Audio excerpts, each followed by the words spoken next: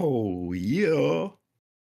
What's up, everybody? Welcome back to the Legacy FHP, the Legacy Foundation for Human Progress, the planetary headquarters for all of your celestial information. And today we are taking a big bite of that celestial sandwich. We got spicy mustard on it, we got pickles, we got lettuce, we got Italian herbs and cheese, everything you need from all star systems on this one beautiful Sammy. And we are going to devour it, and you're going to be wanting more at the end. Trust. Welcome back to everybody who has already subscribed. Nice seeing you guys again. We were a little bit late today, but it's been a long weekend. Last night I was at Grind City Meet. If you're not following me on Instagram, go check it out, XD Bake the Wise. But it's pretty much a local photo, video, and model meetup. It was about, I want to say, over 100 people, local Memphians. We all met up and kind of did a photo crawl throughout the city. It was cool. People were drinking, people were switching outfits. It was kind of like a party. Music, smoke bombs, light shows, flame shows. Think about it. It was a really cool, creative meetup. I'm going to be posting a lot of pictures and video from the event on the YouTube channel, so just keep an eye out on that. I did get home a little bit late, and that's why we are starting a little bit later, but we're getting it to you. And we're talking about the Forbidden Scrolls, not the Keys of Enoch, what we normally read on the channel. We're reading the Book of Enoch. A little bit more of a traditional ancient text. Some consider it, or it is considered apocrypha, the stuff that you shouldn't be reading. It's outside of the Bible. Don't read that. It's going to taint your brain. The devil's going to get you, all that kind of stuff. That's why we started this YouTube series, The Forbidden Scrolls, to read all the scrolls that tell you not to read. So welcome back. If this is your first time tuning in, welcome. You're going to enjoy the show. I know. Grab some popcorn, take a seat, get cozy. Or if you're in the middle of work, keep working, and hopefully we can relieve some of that stress. We are going to be, like I said, talking about all of the mystical texts, all of the woo-woo, all of the stuff they say don't read. That's craziness. They tell you to turn a blind eye. No, that's not the right turn. Turn a cheek. Don't look over there. That's what we're going for. That's what we're doing on this channel. So welcome. Hope you enjoy. By the end of it, you will want to hit that subscribe button. So I'll leave it until the end, and then I'll ask you a couple times. Before we jump into this, I do want to ask you guys to hit that like button before we dive into it, because it'll help we're live streaming, so it'll help get the video to the front page so that other people can be up to date with the celestial information. So, you know me, D-Bake the Wise, my brother Tay Chilla. He actually is the one that kind of generated the concept for today. He's been wanting to get into the Book of Enoch. I have read it one time a long time ago, and like I was telling him before this episode, like it was written in like a older form. I don't know exactly when they attribute its writing, but I'm sure it's like back, I don't want to say Moses times, but like, it's old. I think it might be It might past even be closer Moses. to Jesus, actually. I know it's Closer not to Jesus. Okay. because the latest fragments that we have of this that kind of resurfaced it was, I guess, apparently the Dead Sea Scrolls. And Okay. so I guess the dates on these are closer to 200 to 100 BCE. So, but we also know that like when Paul is writing, he references the Book of Enoch. So like we know that it's something that the Jews at the time, had in their scroll library, their forbidden scrolls. They had more than just the Pentateuch and the main books. They're scholars. They're looking at everything, and that's what we're also doing on this channel. So, strap up. We're looking at some ancient knowledge. But yeah, did you have something else to say about that? Well, I'm something of a Jewish scholar myself. No, something to get in line with. Yeah, I mean, the Jews, the Jewish faith, the Muslims, the Egyptians, the Sumerians, they all kept halls of records, and they all had a lot more texts during their day than we currently have today. So they were aware of a lot more, especially when it comes to stories that didn't make the biblical canon. A lot of those stories were word of mouth traditions that have been around for thousands of years that people accepted as just being part of their life that really didn't get written down. And you see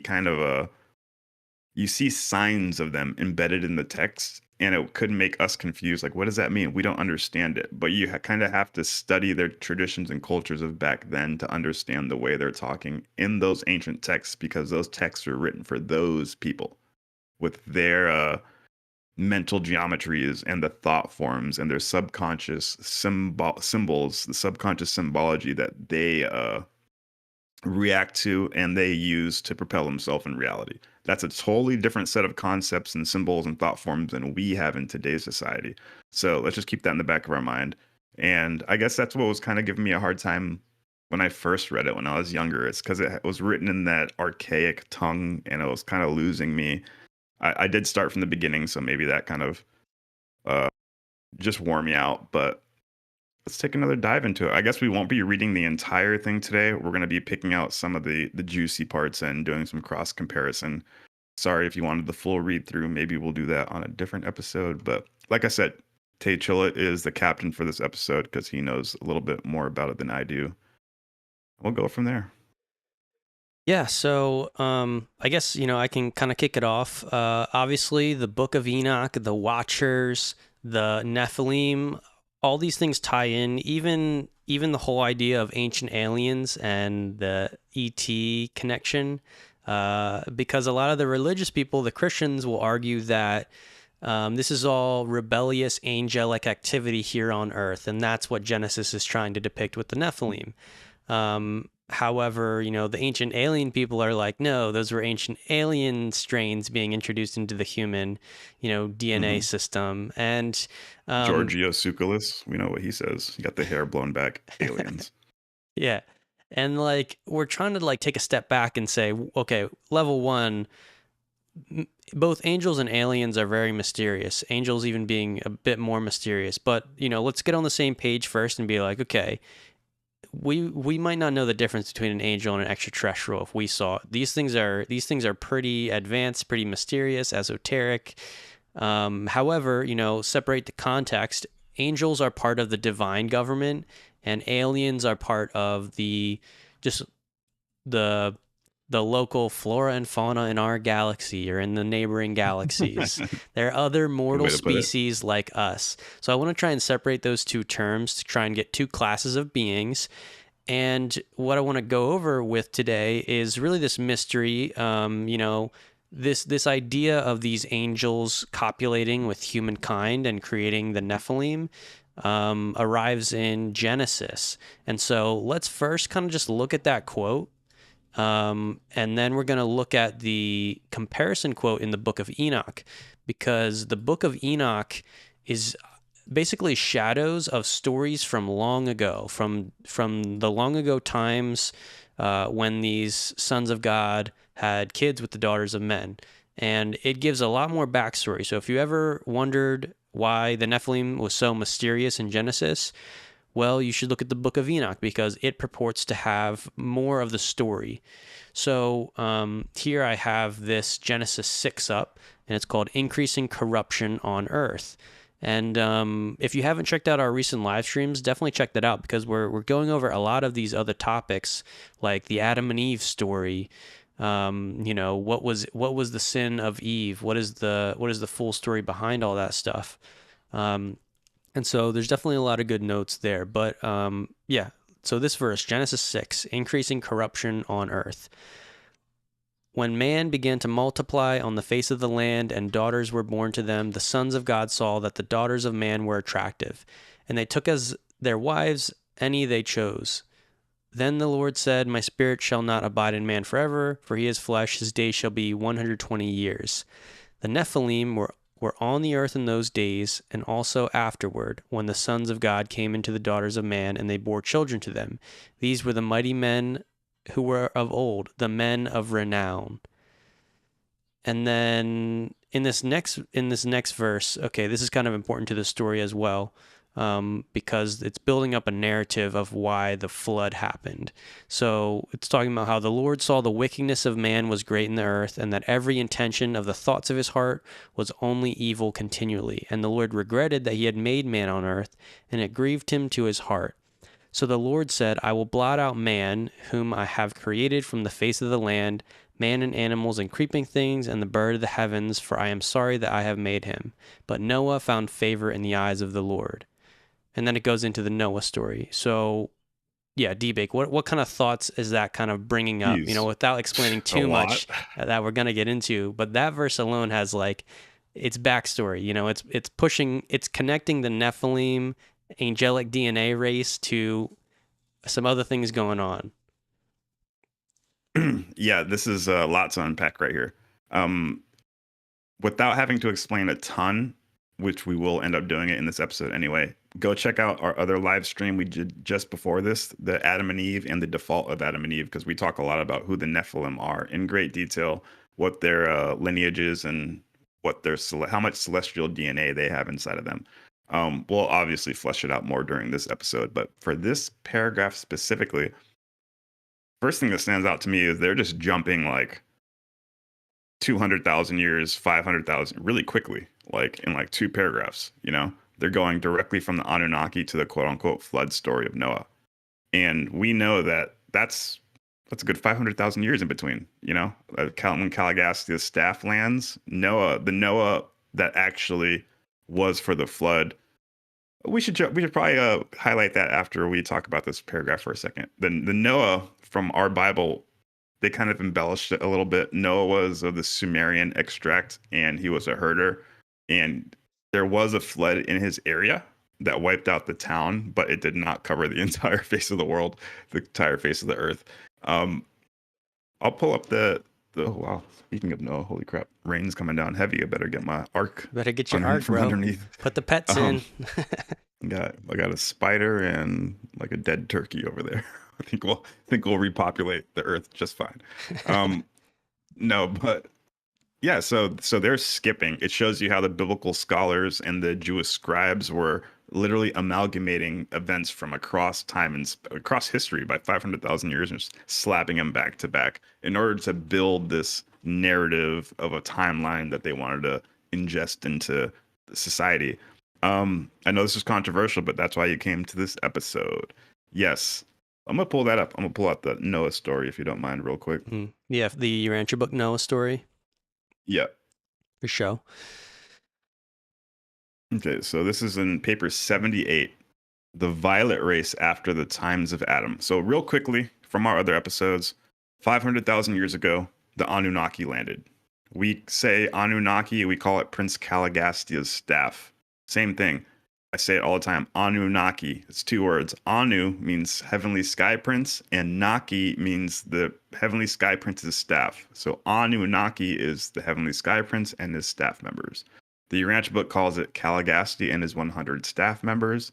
Those 100 celestial beings also had 100 assistants, so that makes 200 total. Their assistants were actually humans. They picked them from the human race. So this is the Anunnaki. They landed 500,000 years ago. Adam and Eve landed 38,000 years ago. So there's a big gap between the landing. That's fucking 460,000 year difference. Noah, the Noah from the Bible we're going to go into it right now. Let's read about it. So just to let you guys know the timeline that the Jewish scribes have just blase skipped over and said, nope, these two events happened back to back. So first thing that kind of pops out to me, said almost 5,000 years later, as the Hebrew priests in Babylonian captivity sought to trace the Jewish people back to Adam, they found great difficulty in piecing the story together. And it occurred to one of them to abandon the effort, to let the whole world drown in its wickedness at the time of Noah's flood, and thus to be in a better position to trace Abraham right back to one of the three surviving sons of Noah. The traditions of it, see, that kind of explains it right there. So they just gave up. They were trying so hard to connect their Jewish people from Abraham directly to Adam and Eve. And that's why we see in the biblical story those two events skipping 500,000 years in between, because they gave up. It was too hard. And they said, let's just invent the flood and we can reset humanity. And it's kind of like they wrote it into the story so that they, like when movie script writers have to write things into the story so they don't explain shit. That's kind of what they did in the Bible. Again, we're hitting the controversies early. But okay, so the Jewish scribes did that. They said, fuck it, let's just do a little plot twist. It's like multiverse in Marvel. When they don't have any story, they go multiverse, and then it just like, it fixes the story. You can just add that in there whenever you want. Yeah, and also I'd like to point out that like so there's two kind of sides. One side that thinks the Bible is like highly divine, meaning like God gave them the words and the text, and that it's like 100% correct, and you read it literally, and there's no human error, or there's no errors at all. Is kind of like one side. That's the extreme side. Then the other side is like, modern scholars, recognize, yeah, humans are writing this, but they still have, if they're a Christian scholar, they still have this concept called divine inspiration, and that it still like holds things as correct, but they loosen up a little bit knowing that like there's a writing style to it. They call it the ancient, literature style. You have to read it as they were telling it to their people. So, even then they recognize that some of these stories could be like metaphors and not 100% exact facts. Now, we're kind of going on like a full off the deep end. If you grew up with the Bible, no church would like allow this much of a deviance in the story. No, 100%. They would be like, no, like if it says blasphemy. the flood happened, it was worldwide, that's Yeah. it. But I want to point out that like if you ask ChatGPT about like theological opinions on if the worldwide flood really happened, it'll point out that like some theologians are a little more open-minded, and they're like, yeah, like we know it's getting to something. The worldwide flood myth is over many cultures, but we don't It 100% is. Yeah. know like what exactly it was. But obviously we have the story of Noah, and how did it happen? This story that we're reading right now, to me, is actually like based, meaning like it makes sense, where there's a little bit of truth, but there's a little bit of myth. But notice the purpose of the myth is to do a couple different things. It's to connect the Hebrews with the line of Adam. And the importance of that is because there was pre-Adamic civilizations. And when Adam and Eve landed on the planet, they made some really big waves among the native peoples, the native humans on the planet, and they looked up to Adam and Eve a lot. The garden was like a city where Adam and Eve brought the best of the surrounding tribes around them, and they taught them about material and spiritual culture, and they were sending them Yeah. back out. That was the goal. But that plan did not go. It did not go fully correct. There were some things that happened. Check on our last live stream. But anyway, so that's why, the Hebrew priests are trying to connect their lineage with Adam and Eve, because that was a very respected lineage. It was a major event in the timeline of Earth, but it was 37,000 years ago. And now here, this is what, like, let's see. I guess it doesn't give a date here of when they were in Babylonian captivity. I could probably find it. When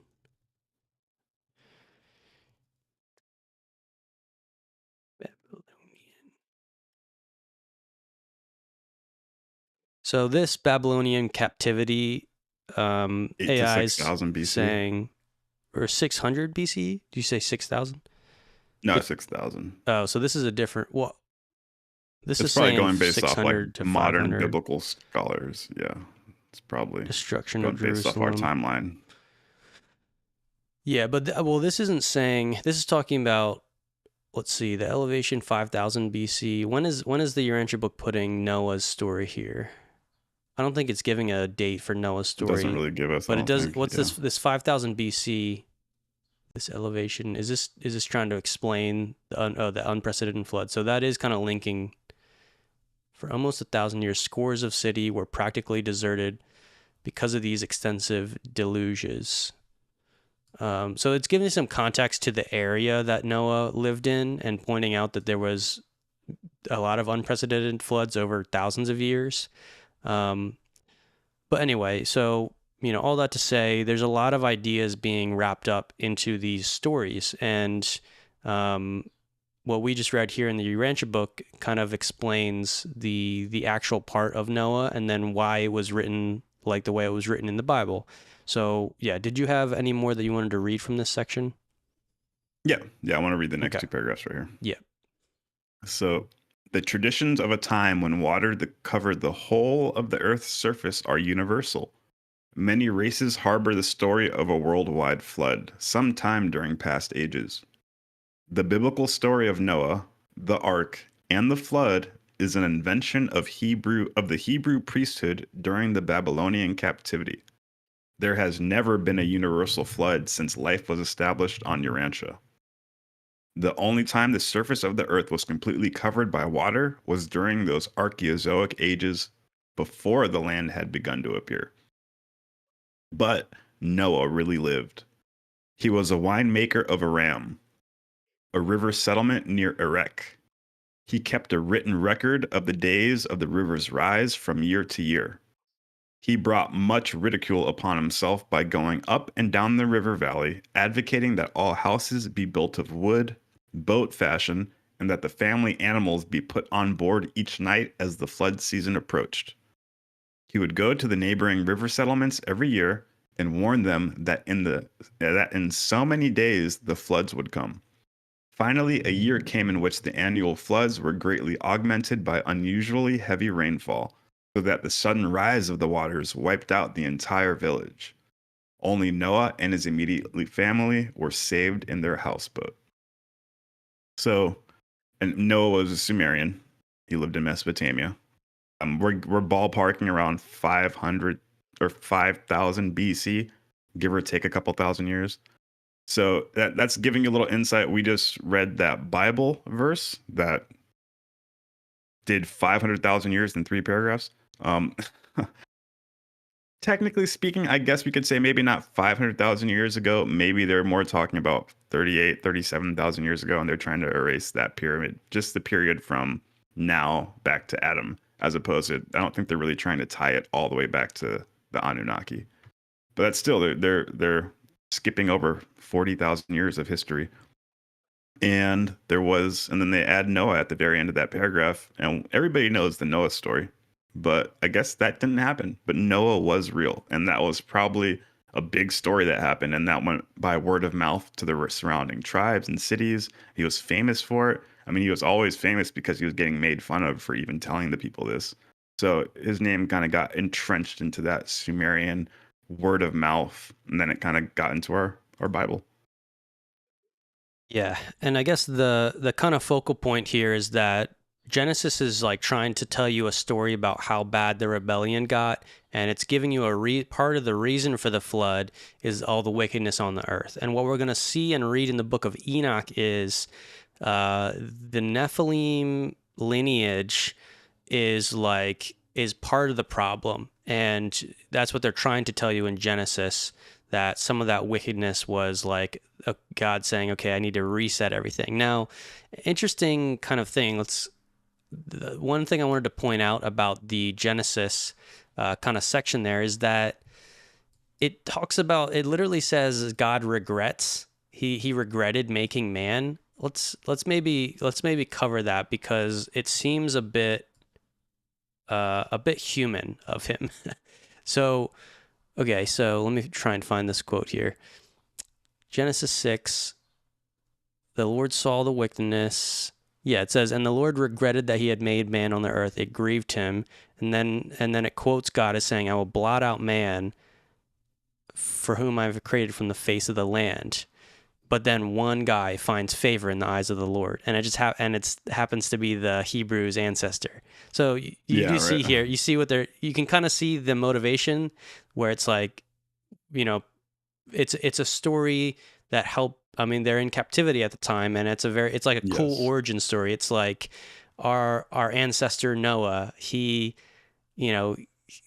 survived the flood, and that's our origin, and he's from the line of Adam, and etc. So, but yeah, what I wanted to cover here is that this whole concept of God regretting that he created man and then deciding to kill everyone. A lot of people, I think, have a problem with this because it doesn't seem to mesh with the concept of God, the loving creator, that sort of Jesus depicts, God the Father. This is the MO of the Old Testament God, sort of like a God of war, the God of vengeance, jealous God, all these types of things. And I'd like to point out that I think we can get a better conception of God, and that we can understand the reason that when God is ascribed to saying these types of things in the Old Testament, it's more of a statement from mankind trying to explain the past or to justify their own actions.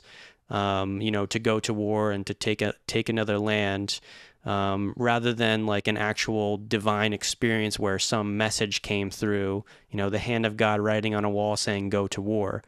And yeah, I just think that's important to say because I personally don't think we have to subscribe to the belief that God sort of chooses who lives and dies and goes in with his finger and kills everyone.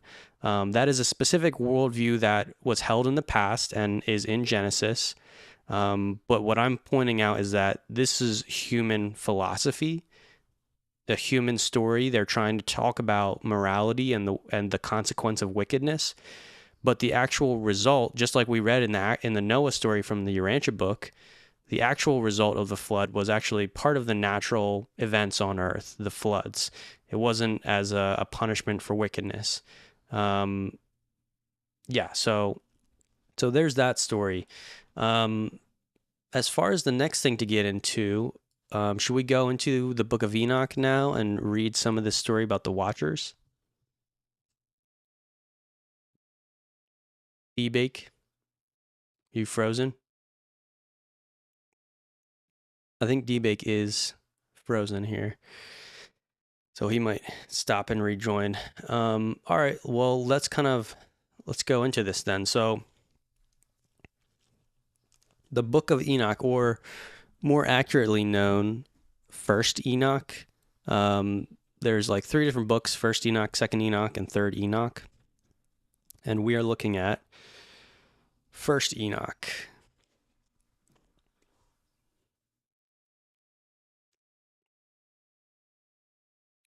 I'm just finding my spot here, figure out where I want to read. And this does have a very old ye kind of English. And it's a lot of prophetic content talking about the future because Enoch is like basically in this vision, in the heavens, meeting angels, all this stuff. So, okay, yeah, let me just open up here with the context. So, the words of the blessing of Enoch, where he was blessed, the elect and righteous, who will be living in the day of the tribulation when all the wicked and godless are be to removed. So, already the opening is like apocryphal. It reads like Revelation. And here in verse 2, it's talking about, and he took up his parable and said, Enoch, a righteous man whose eyes were opened by God, saw the vision of the Holy One in the heavens, which the angels showed me. And from them I heard everything. From them I understood as I saw, but not for this generation, but for a remote one, which is for to come. Right? So this is Enoch's vision.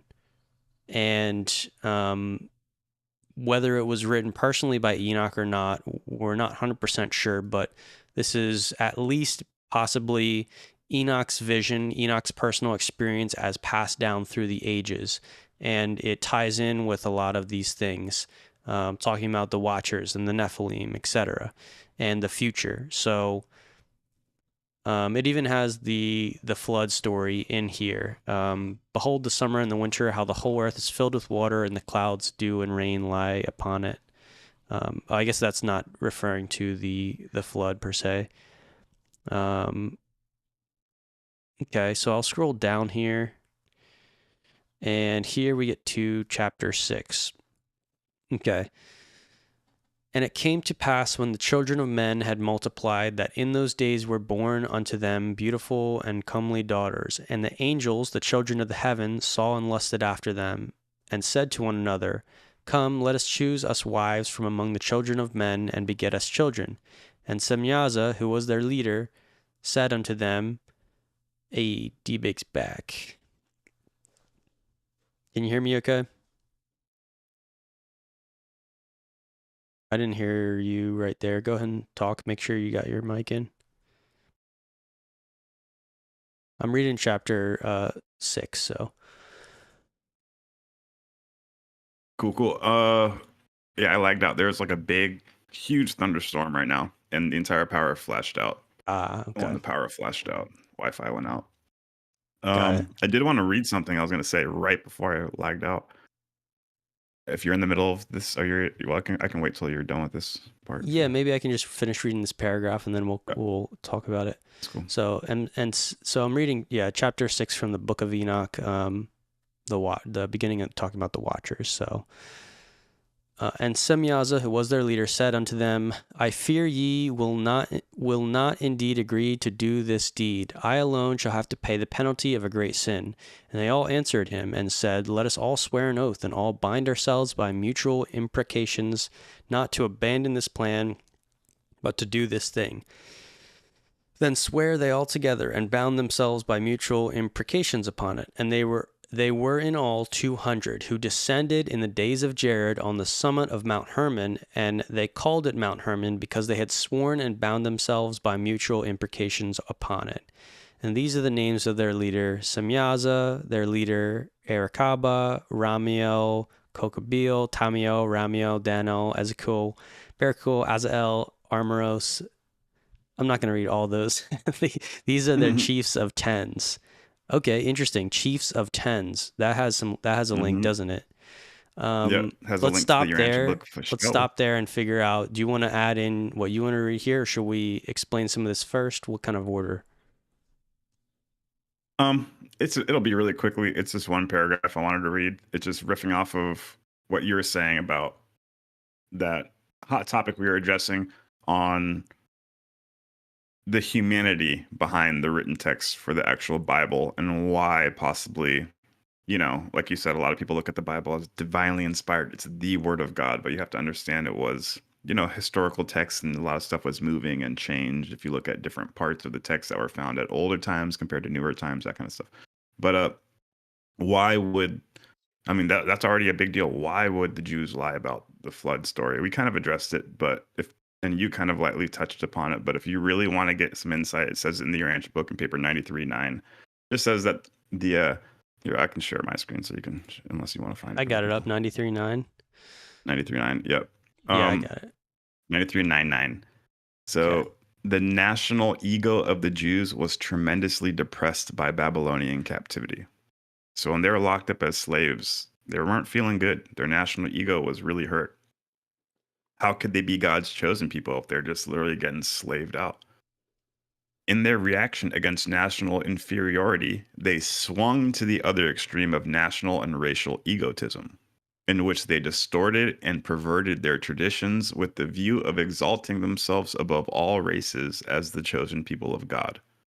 And hence they carefully edited all their records for the purpose of raising Abraham and their other national leaders high up above all other persons, not excepting Melchizedek himself. The Hebrew scribes therefore destroyed every record of those momentous times which they could find, preserving only the narrative of the meeting of Abraham and Melchizedek after the Battle of Siddim, which they deemed reflected great honor upon Abraham. So that's it. Gives you a little insight on why they would go to those lengths to give us the Bible that we currently have. I know it's a hot topic, but yeah, just wanted to say that before I lagged out. Now, moving ahead, you did start talking about, on top of naming 100 different types of angel names, no, you said all these crazy names, and these are the chiefs of tens. This reminds me a lot about the way the Anunnaki were set up. We talk about that in the Anunnaki papers. Yeah, we have Anunnaki Revelation Part 1, 100%. Part 2, and we go over the different councils. You might already have that paper pulled up now. I'm not sure, but I don't, but we need to find it. But yeah, I mean, that kind of quote that we just read about like how the record was distorted, in a sense that it is a bit nefarious, but we can also understand why they did that. And it's kind of like a common human, I guess, motivation. And that's when I was pointing out when something as crazy as God deciding to genocide the earth is in the Bible, you need to start asking some big questions, because if this forms your idea of the character of God, the way that God interacts with earth and what he thinks of us. And if that's what you think God thinks of us and the way that he chooses to interact, that's going to give you a very like hellfire and brimstone version of God in your head. and it's kind of scary. And Jesus here in the New Testament is not talking about that way in God. Why is that rift there? Well, it's because not everything ascribed to God in the Old Testament was truly like a factual or like a personal experience that someone had, or like a message that came through where he actually said this. It's a people with a belief about God. They want to pursue the one true God, but they also have a lot of other things going on. And so when they write things down, when they tell the people what's happening, they do it in a way that's not always truthful. And we've also seen this happen in modern priesthoods.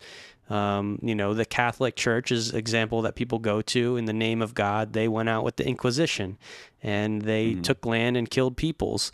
So this happens like over and over again all throughout history. And so we no longer, having a better answer to the story, we no longer have to wonder why the Bible was written like that. But yeah, that's kind of a thing that you have to think about, and it could take you a couple years to kind of figure it out. If you grew up with the Bible and you were taught a specific way, that's kind of a hard truth to come to, but it allows you to upgrade your perception of God, in my opinion, because you no longer have to see God in some of these old statements where you see a little bit more of humanity trying to explain things and make sure that God, and say that God sanctioned it. So Little insight right there.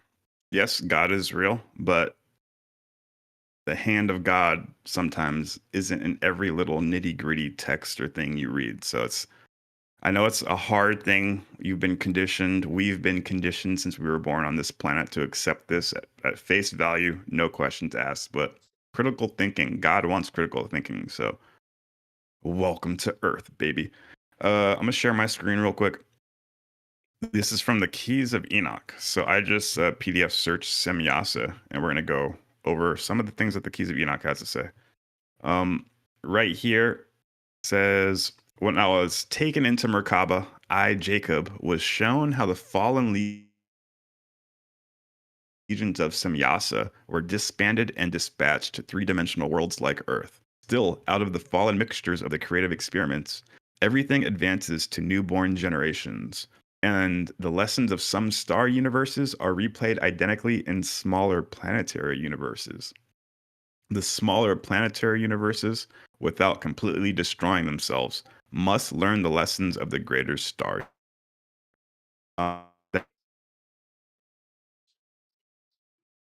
you're dropping out a little bit, a little glitchy.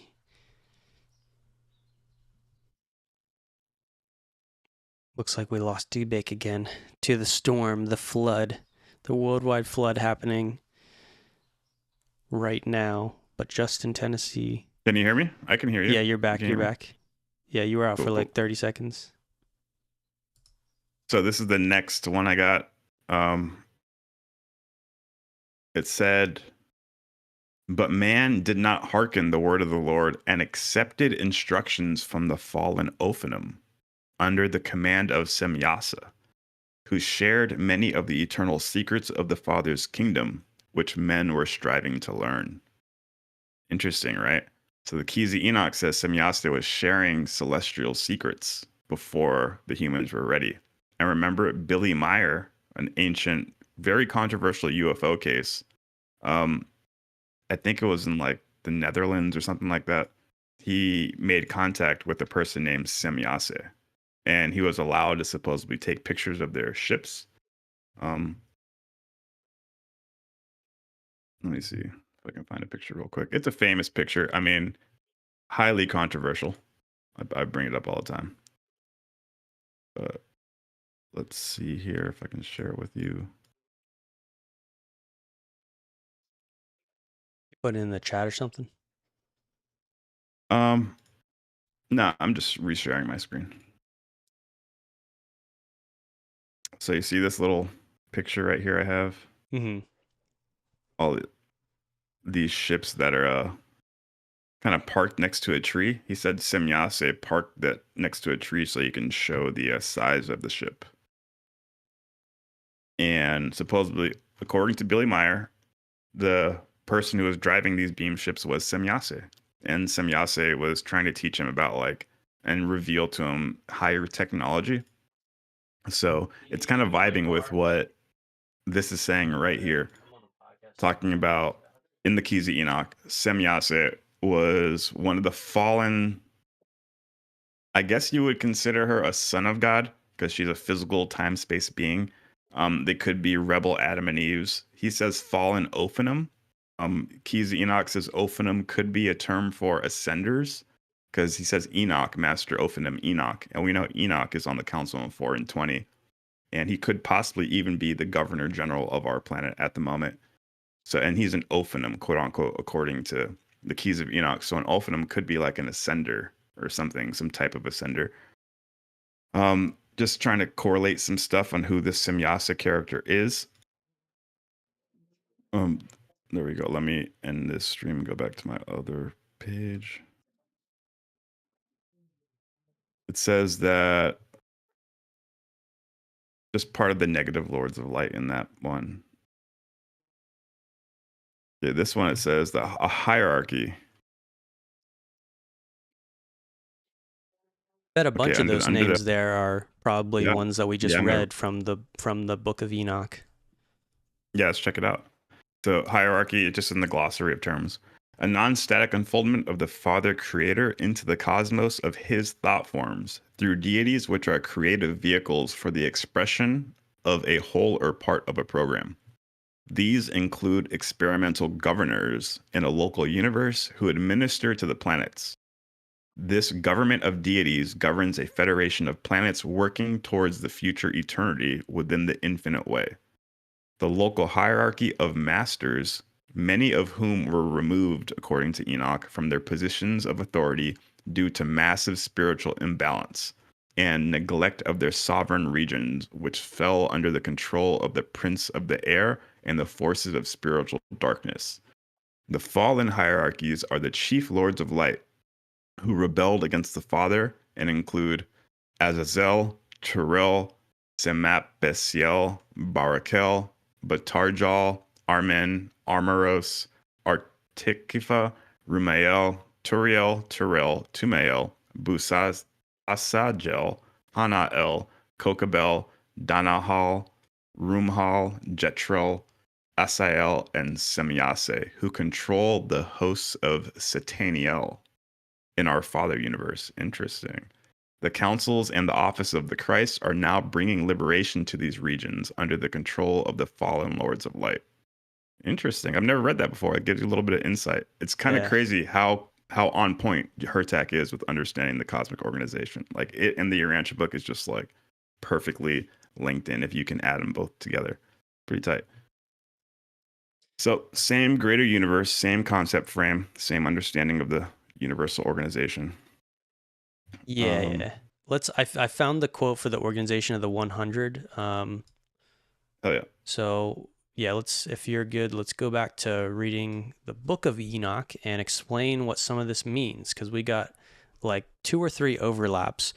All right. So to reiterate, I just read chapter 6 from First Enoch, and he's talking about how now here in the Book of Enoch says, and the angels, the children of the heaven, saw the women, and they came down and said, let us choose wives.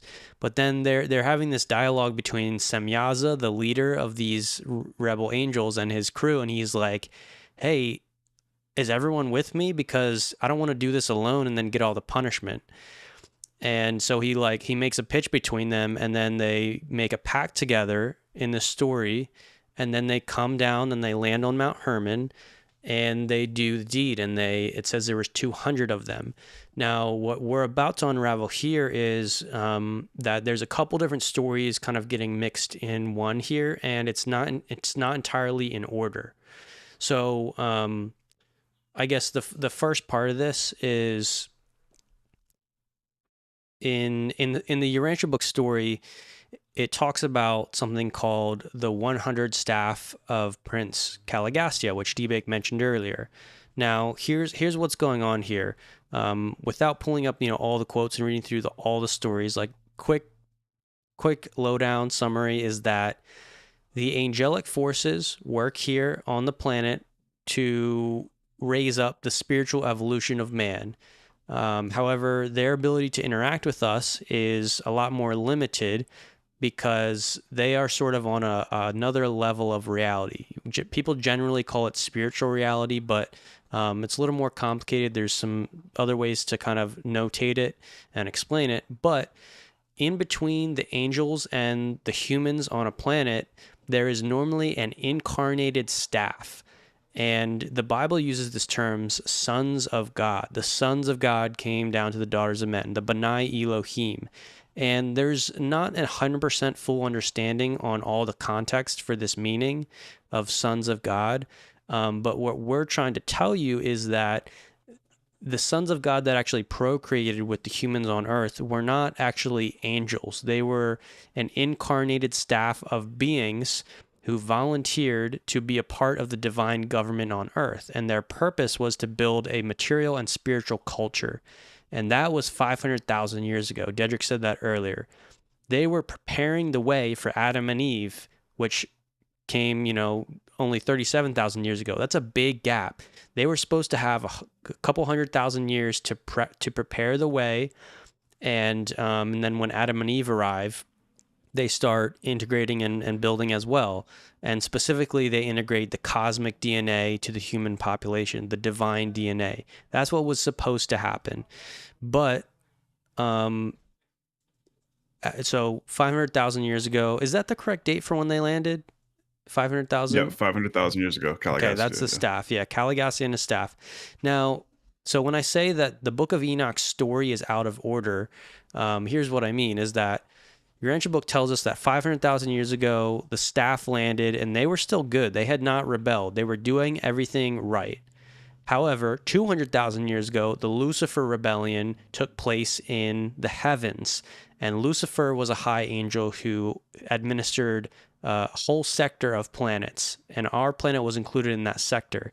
And we made a whole episode about this called Intergalactic Untold Story of the Lucifer Rebellion. Go watch that. Yep. It will help you understand the story. So Lucifer Rebellion happens, and the staff has already been here for a couple 100,000 years. And now there's a fight because the planetary angel, Caligastia, he chose to side with Lucifer, meaning he changed the rules for how he was going to administer Earth, and he was going to do his own thing now. He's going to operate like he is the personal god of this planet, and that's even what he dictated and called himself.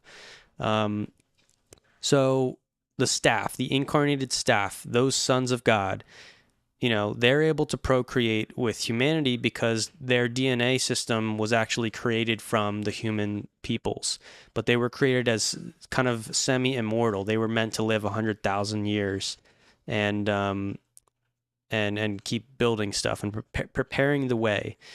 So and actually when the rebellion happened, only about 60 of the 100 rebelled. Now, the other part of this is that it said that here in the Book of Enoch, it says that 200 landed on Mount Hermon.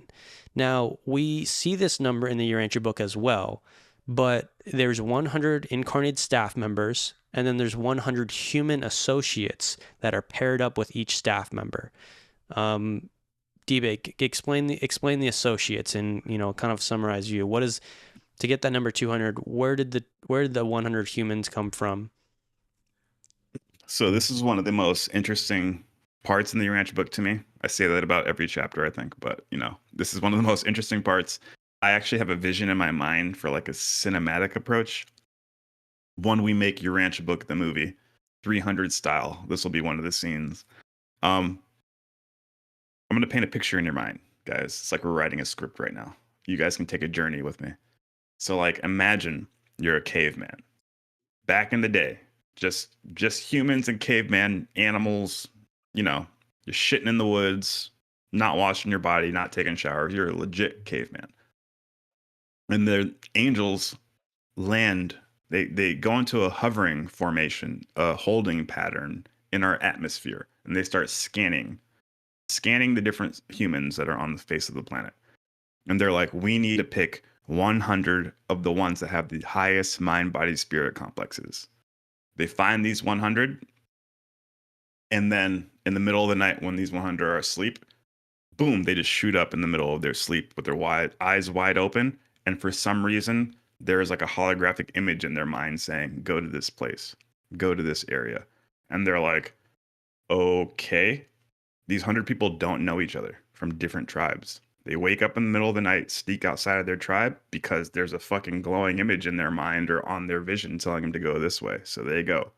They walk. They make the trek. Finally get there. And when they peek, when they break that woods line into this little clearing, they look around and see 100 or 99 there. What the heck? They're like, you just get that way, man? You're cutting out. Can you hear me? So It's like it's pretty choppy, and your video's almost totally gone. oh no, It's back a little bit better now.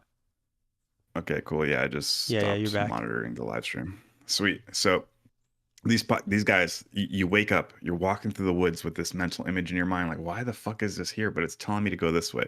You break the woods line, you enter the clearing, you look left and right, and you're like, holy shit, there's 99 other people.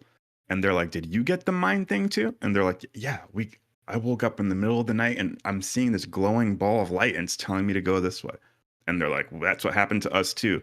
What tribe are you from? Oh, I've never heard of that tribe. I'm from this tribe. None of you guys know each other? No, that's crazy. Then they look up and boom, an angel appears over them. A big, brilliant, glowing angel. And it says, you have been chosen. You guys are the best of your race, the cream of your crop. And you guys will be chosen to be the assistants of the gods. And they're like, what? Okay. And then they extract DNA. So Cut out again.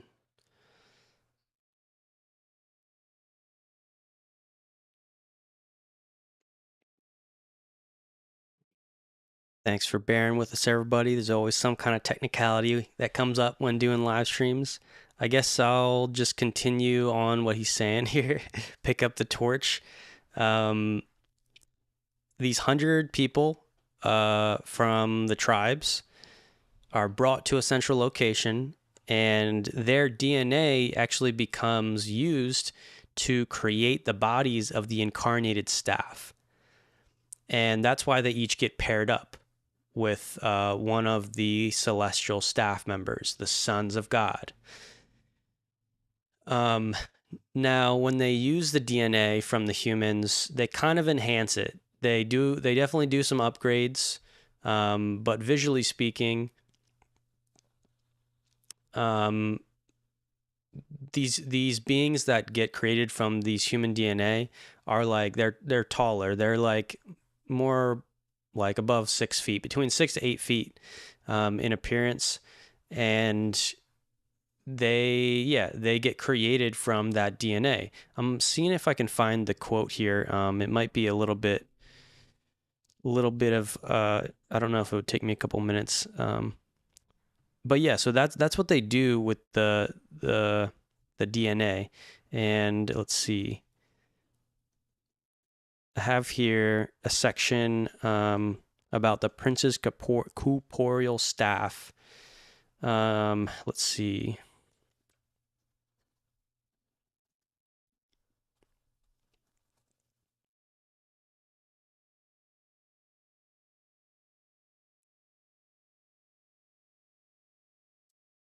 Okay, I don't have it quite here, but anyway, so that's how the staff got their body. So if we were to see that, let's tie this in. Okay, early on, is it angels creating the Nephilim or is it aliens?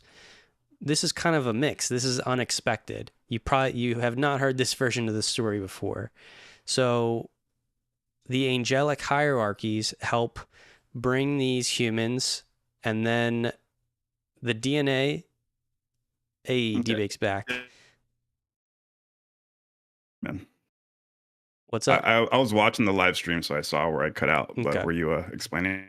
Yeah, I basically explained how they took the DNA to create a humanoid-looking superhuman, and they paired them up with these humans, and that's where we get the number 200. Yep, exactly. So, yep, he picked it up. I was in the middle of like I was emoting and everything that I just cut off. But yeah, they get 100 samples. 1-to-1 Anunnaki gets their staff member, and that's how you get 200. 100 Anunnaki, 100 humans. And that matches up exactly with what this text is saying. Interesting, huh? Yeah, 200 landing on Mount Hermon. So interesting. Should we continue reading the Book of Enoch and keep going through some of this talk about the Watchers? Yeah, let's see how many concepts we can unravel. Yeah. Sorry about that, guys. Because we'll I got to call read. my Jewish friends, tell them to, turn off the weather in this area.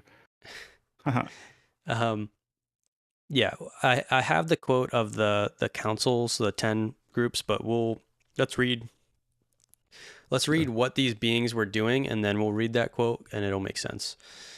Okay, so we're on chapter 7 here of First Enoch. And all the others together with them took unto themselves wives, and each chose for himself one, and they began to go unto them and to defile themselves with them, and they taught them charms and enchantments, the cutting of roots, and made them acquainted with plants. And they became pregnant. They bare great giants, whose height was 3,000 ells, who consumed all the acquisitions of men. And when men could no longer sustain them, the giants turned against them and devoured mankind. And they began to sin against birds, beasts, reptiles, and fish, to devour one another's flesh and drink the blood. Then the earth laid accusation against the lawless ones. And Azazel That's taught. trippy. Yeah, that's wild. I mean, that ties in with the whole wickedness quote in Genesis. There's wickedness on the Yeah. earth, and that's why the flood happened. So remember, this ties together, with that worldview, that storyline.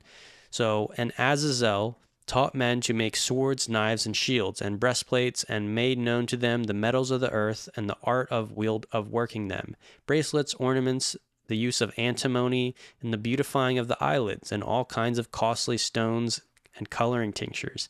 And there arose much godliness. They committed fornication, they were led astray, and became corrupt in all their ways. Semyaza taught enchantments, root cuttings, Amros the resolving of enchantments, Barakil taught astrology, Kokabel the constellations, Ezekiel the knowledge of the clouds, Eraquel the signs of the earth, Shamsiel the signs of the sun, and Sariel the course of the moon. And as men perished, they cried, and their cry went up to heaven. Astrology bad. That's what I get out of Yeah. that. Makeup bad. Yeah. That's hilarious. Let's see. There's Okay, it's like still metal, makeup, astronomy. yeah, the And that's what the Keys sciences. of Enoch says, that they were teaching them celestial stuff before they were ready. That kind of Yeah. stuff. Yeah, and remember, they were supposed to teach some stuff to the humans to create a material culture. However, after the rebellion happened, when some of them rebelled, that's actually when they started having kids with the native humans. The staff was never, they were not supposed to mate with the humans. That was not part of the divine plan. But when the rebellion happened and they split 60-40 alongside their staff members that were with them, um, the 60 rebellious ones, they were like, all right, let's go have some kids. And that was one of many things that they did that went against the plan. And that is what created the mighty men of old, some of these giant races. Now, it talked about how these giants were like devourous and like evil. Not all of them were evil. That's kind of like a very, but I get this picture that like I'm picturing like some of the giant races, they're just dominating and they're like Yeah. using warfare, and their parents who taught them like we're no longer part of the divine plan. They were doing their own thing, so they were not teaching them like how to use spiritual concepts. And I think it just got out of control. And amidst that, maybe there was some cannibalism. And but Yeah. this is I like a wouldn't doubt it. deep fear. You can feel the fear of this time when the native peoples, the native tribes are just like, now these giants are coming in and taking what they want. This is Mhm. a this is Just this is the dominating. problem. Yeah. Goliath, the David and Goliath story, it kind of it's like a spiritual, it's an energetic story that tells you the feeling of the time, like these giants are fucking taking over. We need the small man David who can come up and take him down. um Something from 7722, talking specifically about that paragraph right there, talking about the giants. I want to get into the actual science and the DNA behind how this came to be. So 7722, I'll read through it quick. The physical members of the prince's staff had been constituted sex creatures for the purpose of participating in the plan of procreating offspring, embodying the combined qualities of their special order, united with those of the selected stock of the Andon tribes. And all this was in anticipation of the subsequent appearance of Adam. The life carriers had planned a new type of mortal, embracing the union of the conjoined offspring of the prince's staff with the first generation offspring of Adam and Eve. So that was in the plans. They were going to create a totally new human, where it was a pure line Anunnaki mated with a pure line Adam and Eve. That was supposed to be, well, it says right here. Let's keep reading. They had thus projected a plan envisioning a new order of planetary creatures whom they hoped would become the teacher rulers of human society. Such beings were designed for social sovereignty, not civil sovereignty. But since this project almost completely miscarried, we shall never know what an aristocracy of benign leadership and matchless culture Urantia was thus deprived of. For when the corporeal staff later reproduced, it was subsequent to the rebellion, and after they had been deprived of their connection with the life currents of the system. So, a lot to unpack there, guys. That's kind of crazy that the life carriers, the beings that are in charge of evolution on our planet, they had projected that the Adam and Eve celestials would mate directly with the Anunnaki celestials, and they would create an aristocratic king spiritual leadership for the planet that would usher in the kingdom of heaven. That was the actual plan.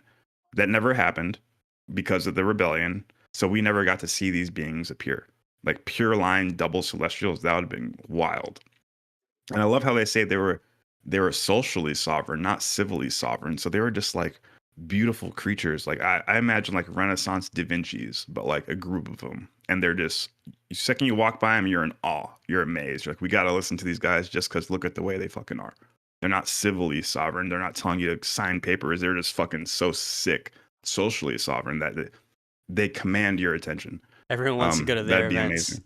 They're hosting all Exactly. the Yeah. sickest parties, the most Yes. knowledgeable hangouts, or like the everyone's going in. It's just like it's like there's like a, I don't know, like in your local city, there's like an energetic vibe to these different events, and some of them are like they feel progressive. It's like this is like they have the energy there. Like people are really excited. You feel that tangible excitement in the air.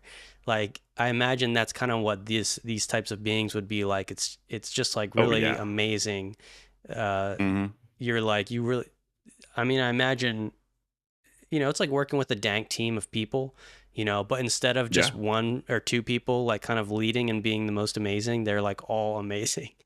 Yeah. And The that's like entire the whole town. thing. Yeah, the entire town. Yeah. Just Da Vinci like beings. That'd be amazing. Well, that little side note, but let's keep going. Let's crank this out real Yeah, quick. yeah. The the post-rebellion era on Urantia witnessed many unusual happenings. A great civilization, the culture of Dalmatia, was going to pieces. The Nephilim, in parentheses, Nodites, were on the earth in those days.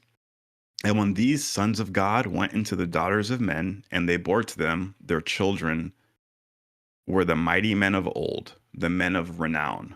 While hardly the sons of God, the staff and their early descendants were so regarded by evolutionary mortals of those distant days, even their stature came to be magnified by tradition. This, then, is the origin of the well nigh universal folk tale of the gods who came down to earth, and there, with the daughters of men, begot the ancient race of heroes. And all this legend became further confused with the race mixtures of the later appearing Adamites in the second garden. Now, this is the important part that I was really focused on. Since the 100 corporeal members of the prince's staff carried germ plasm of the Andonic human strains, So for the viewers, Andonic would be the first race of humans that appeared from the evolutionary struggle. Naturally, they appeared from that single cell in the evolutionary struggle. The first human looked like an Eskimo, an Inuit. I know, out of Africa theory, controversial. This episode isn't to address that. We're just saying how the Ranch book says. So these, the they were Eskimo looking. So since the 100 corporeal members of the staff, so the Anunnaki themselves look Eskimo. They looked Inuit. That's the type of body that, those are the physical characteristics that they displayed. Um, so since all the members of the staff carried the plasm of the Andonic or Eskimo human type, Inuit, it would naturally be expected that if they engaged in sexual reproduction, their progeny would altogether resemble the offspring of other Andonite, other Eskimo parents. But when the 60 rebels of the staff, the followers of Nod, actually engaged in sexual reproduction, their children proved to be far superior in almost every way to both Andonite and Sangic peoples. This unexpected excellence characterized not only physical and intellectual qualities, but also spiritual capacities. These mutant traits, appearing in the first Nodite generation or the first Nephilim generation, resulted from certain changes which had been wrought in the configuration and in the chemical constituents of the inheritance factors of the Andonic germplasm. These changes were caused by the presence in the bodies of the staff members of the powerful life maintenance circuits of the Satania system. These life circuits caused the chromosomes of the specialized Urantia pattern to reorganize more after the patterns of the standardized Satania specialization of the ordained Nebadon life manifestation. The technique of this germplasm metamorphosis by the action of the system life currents is not unlike procedures whereby Urantia scientists modify the germplasm of plants and animals by the use of X-rays. So there's some scientific insight on this archaic text where it just says they went into daughters of men and had mighty men, giants. No, this is literally telling you that the chromosomes are replicating upon a different pattern. So if you could think in your mind, cellular division, mitosis or meiosis, when a sperm meets that first egg and cells start dividing and replicating, they replicate based off a specific pattern. Every animal, every mammal, every human being, those replicate based off a specific pattern. And that pattern is because of the gravitational forces in this local sector of the universe. So our planet and our star gives off gravitational fields, and that dictates the replication pattern and cellular division process, how fast and how slow it goes. If you took a sperm and an egg and took it outside of our star system, but still had them meet each other, say they were in the Orion star system or the Arcturus star system, it would have a different gravitational field, and therefore the mitosis and the cellular division would replicate upon different patterns. So depending on what sector of the universe, the cells will divide upon different patterns. And they're talking that on accident, when these Anunnaki mated with the humans, they expected them to just be like normal Eskimo looking kids. But on accident, their chromosomes started replicating based off of gravitational patterns in a different sector. And that's what made them huge, giant, and have special mind, body, spirit capacities. Dang. Um, yeah, a little bit of insight. Yeah, and then it says, thus did the Nodites, the Nephilim peoples, arise out of certain peculiar and unexpected modifications occurring in the life plasm, which had been transferred from the bodies of the Andonite contributors to those of the Anunnaki by Avalon surgeons. And Avalon is actually a neighboring star system. So, in order to create the Anunnaki bodies, we actually took the best surgeons from Avalon, a neighboring star system. They came over here and actually helped that process of taking the DNA from that person that we described in the woods and then generating a body. So, a lot of insight right there. That Hopefully, you guys can take that and put it that on a mention about fucking the post-it Avalon note. surgeons, I would not be surprised if that was an actual 3D alien race who had a high Yeah, spiritual me neither. culture. So I there, think of that here's too. kind of like a weird blend between, the angelic divine government initiating things, but also getting, other beings in the universe to help kind of incarnate these special beings, these sons of God, which were very different from the sons of God in terms of angels. We had a quote that pointed that out, and there's even a whole large backstory about these incarnated staff, about who they were. Um, but we don't have to get into it now because there's a lot of other things we can kind of talk about here. So, yeah, thank you for bringing up those quotes that fit perfectly into helping the viewer understand this giant race. Um, because again, there's a lot of questions. First question is, an angel, can an angel mate with a human? The answer is Yeah. no. The answer is no. And now we just gave you a better explanation to what this meant. It wasn't an angel, it was Yep. an incarnated superhuman type being with the DNA made from other humans on the planet. And they were Boom, baby. semi-immortal. So this is all part of how the divine government, the divine council, operates and works and gets everyone on the same page to work together. However, because there's free will in the universe, beings can rebel and choose to do things differently, and a lot of that has happened on Earth, on Urantia. Um, and it happened with the Nephilim and this staff way before it even happened with Adam and Eve. And that's because the angelic rebellion happened way before all of these things. That's why the snake is also in the garden in Genesis when Adam and Eve are there too. It doesn't even tell about the origin of the snake, but it's only later on in the Bible that you get this context of the angelic rebellion, and you're like, oh, I guess that's the snake in the garden. That's the devil. So yeah, all these things are coming together in the Urantia book, and that is what it's for. Revelatory text coming at you, explaining the secrets of the book of Enoch. So we hope you're enjoying this so far. Let's continue reading, see if there's any other interesting things it's telling, and then we're going to talk about this organization of 10, because Book of Enoch right here, weirdly enough, it's got some truth. It says that they're chiefs in groups of 10s. Yep. And here they're talking about the different people, the different groups, Azazel, name dropping who's teaching what. So yeah, let's look at the quote. Let's look at the quote right now because it'll make sense. So we're in paper 6651 is where this is.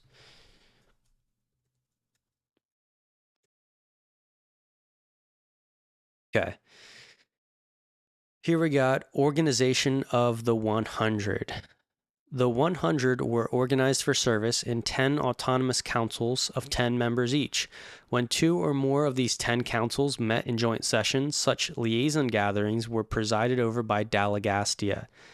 Delegastia is an angel. So there was, actual angels involved in this process as well. Caligastia, Delegastia, the 2 lead angels leading the planet. Delegastia was Caligastia's assistant or second in command. So these Yeah, and groups, yeah, go ahead. we definitely encourage you. No, not really. This is just a stupid joke.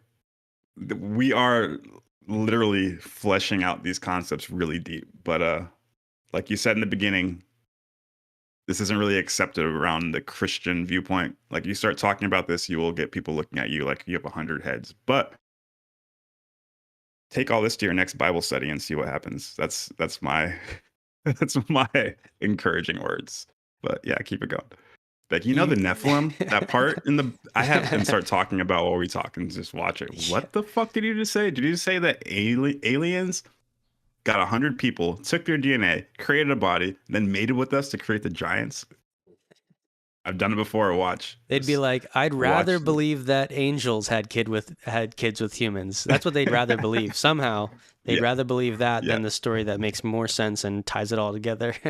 But I get it. Right. I grew up like that. I understand what the mindset is when you're told that there's truth outside of the Bible. That's like hard enough to get over. But everyone watching this video, obviously, you're curious enough to look and open enough to know that God works in every generation, in every age, to bring truth. And we're already 2,000 years past the Bible being Yeah. written. That's like 300 100, 203, whatever BC. Not long after the death of Jesus, the disciples are writing the stuff, but that's like all within the first 100, 200 years of Jesus' death. So there's a lot of stuff that happened since then, and the Urantia book is the sevenfold revelation which Enoch prophesies. And that's a cool quote in the book of Enoch. There's a possibility that Enoch prophesied the Urantia book. And I just Oh, saw this in damn. a Urantia book mini Art. messenger article. Someone wrote an article about this, so we're going to shout him out and point that out a little bit later. Um, Oh, that's dope. yeah, there's a Fucking cool who would have verse. thought that the Bible is the illest sci-fi story ever told? True that. Yeah, if you know how to read it, if you know how to interpret it, and you can do that, you can still use it. It's not, we don't need to write it off just because there's some human philosophy in it. We don't need to Yeah. become atheists because we realize it's not 100% divine inspired. Um, Oh, if that's not fanaticism, I don't know what is. You read a couple papers like this ain't right. God's wrong. God's fake. Like, oh God, chill out. It's a big leap, dude. All right. right. It's, anyway, so we'll keep reading. So, about these councils here. So, one, the Council on Food and Material Welfare. So, remember, these councils are meant to teach the native peoples. There's the staff, that the Anunnaki. We're using that term because the Sumerians used that term. Um, and there's the native human population. These councils are how they're organizing the staff, the 200, 100 supermortals and their 100 counterparts who were actually also given immortality. So, the Council on Food and Material Welfare, this group was presided over by Ang. Food, water, clothes, and the material advancement of the human species was fostered by this able corps. They taught well digging, spring control, and irrigation. They taught those from the higher altitudes, and from the north improved methods of treating skins for use as clothing, and weaving was later introduced by teachers of art and science. Great advances were made in the methods of food storage. Food was preserved by cooking, drying, and smoking. It thus became the earliest property. Man was taught to provide for the hazards of famine, which periodically decimated the world. The Board of Animal Domestication and Utilization. This council was dedicated to the task of selecting and breeding those animals best adapted to help human beings in bearing burdens and transporting themselves, to supply food, and later on to be of service in the cultivation of the soil. This able corps was directed by Several Bonfire. Bon Jovi, Bon Iver. There it is. There it is. Figured it Several out. Bon Jovi decoded. Change the thumbnail, dog. several types of several types of useful animals now extinct were tamed, together with some that were continued as domesticated animals to the present day. Man had long lived with the dog, and the blue man had already been successful in taming the elephant. The cow was so improved by careful breeding as to become a valuable source of food. Butter and cheese became common articles of the human diet. Men were taught to use oxen for burden bearing, but the horse was not domesticated until a later date. The members of this corps first taught men to use the wheel for the facilitation of traction. It was in these days that carrier pigeons were first used, being taken on long journeys for the purpose of sending messages or calls for help. Bond's group were successful in training the great fandors as passenger birds, but they became extinct more than 30,000 years ago. The advisors regarding the conquest of predatory animals. It was not enough that early man should try to domesticate certain animals, but he must also learn how to protect himself from destruction from the remainder of the hostile animal world. This group was captained by Dan. Interesting. So Dan taught the art of war against animals. Mm-hmm. So Yep. we got in the book of Enoch, Azazel's teaching about metals and war, which he taught men how to make swords, knives, and shields and breastplates, and about metals. Some of that could have been to, originally provide, tools and protection. However, later on after the rebellion, it is very possible that this staff taught the art of war against other humans, which was never the original intent. But I definitely see how, the humans would take this knowledge and use it for war. So Yeah, let's I'm sure see. he's a hunter and all that. Those hunting skills transfer into combat and warfare. There is also one of the angels' name is Donnell, but Really? I don't know how far you want to push that connection. Yeah. Yeah, you're right. I was wondering about that because the names in the Urantia book are different, um, Yeah. and it's partly because they're I don't exactly know how they're translating the names. Are they trying to get back to the original meaning of their names? Wait a second. Well, I don't know. The last sentence it says these are their chiefs of tens. So it could be the human chief that's underneath the leader. Like Bond's assistant could be, Mm, you know, one of these names. I'm just stretching it to make it fit, Forbidden Scroll style. I see. Yeah, I mean, I don't think it doesn't seem like all the names overlap, but maybe somebody does a root word analysis and finds some sort of connection between these names and the names given in the Book of Enoch. Um, yeah, so I don't know. Should I read all of these? This section is a little bit Maybe just long. the titles. Maybe Yeah, just the yeah. titles. Yeah. So commission. Oh, let's go back here. Okay, so the predatory animals, teaching self-defense, faculty on the dissemination and conservation of knowledge, mission on industry and trade, college of revealed religion.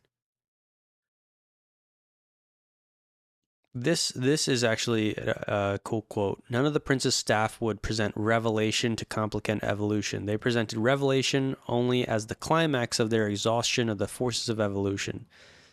But Hap did yield to the desire of the inhabitants of the city for the establishment of a form of religious service.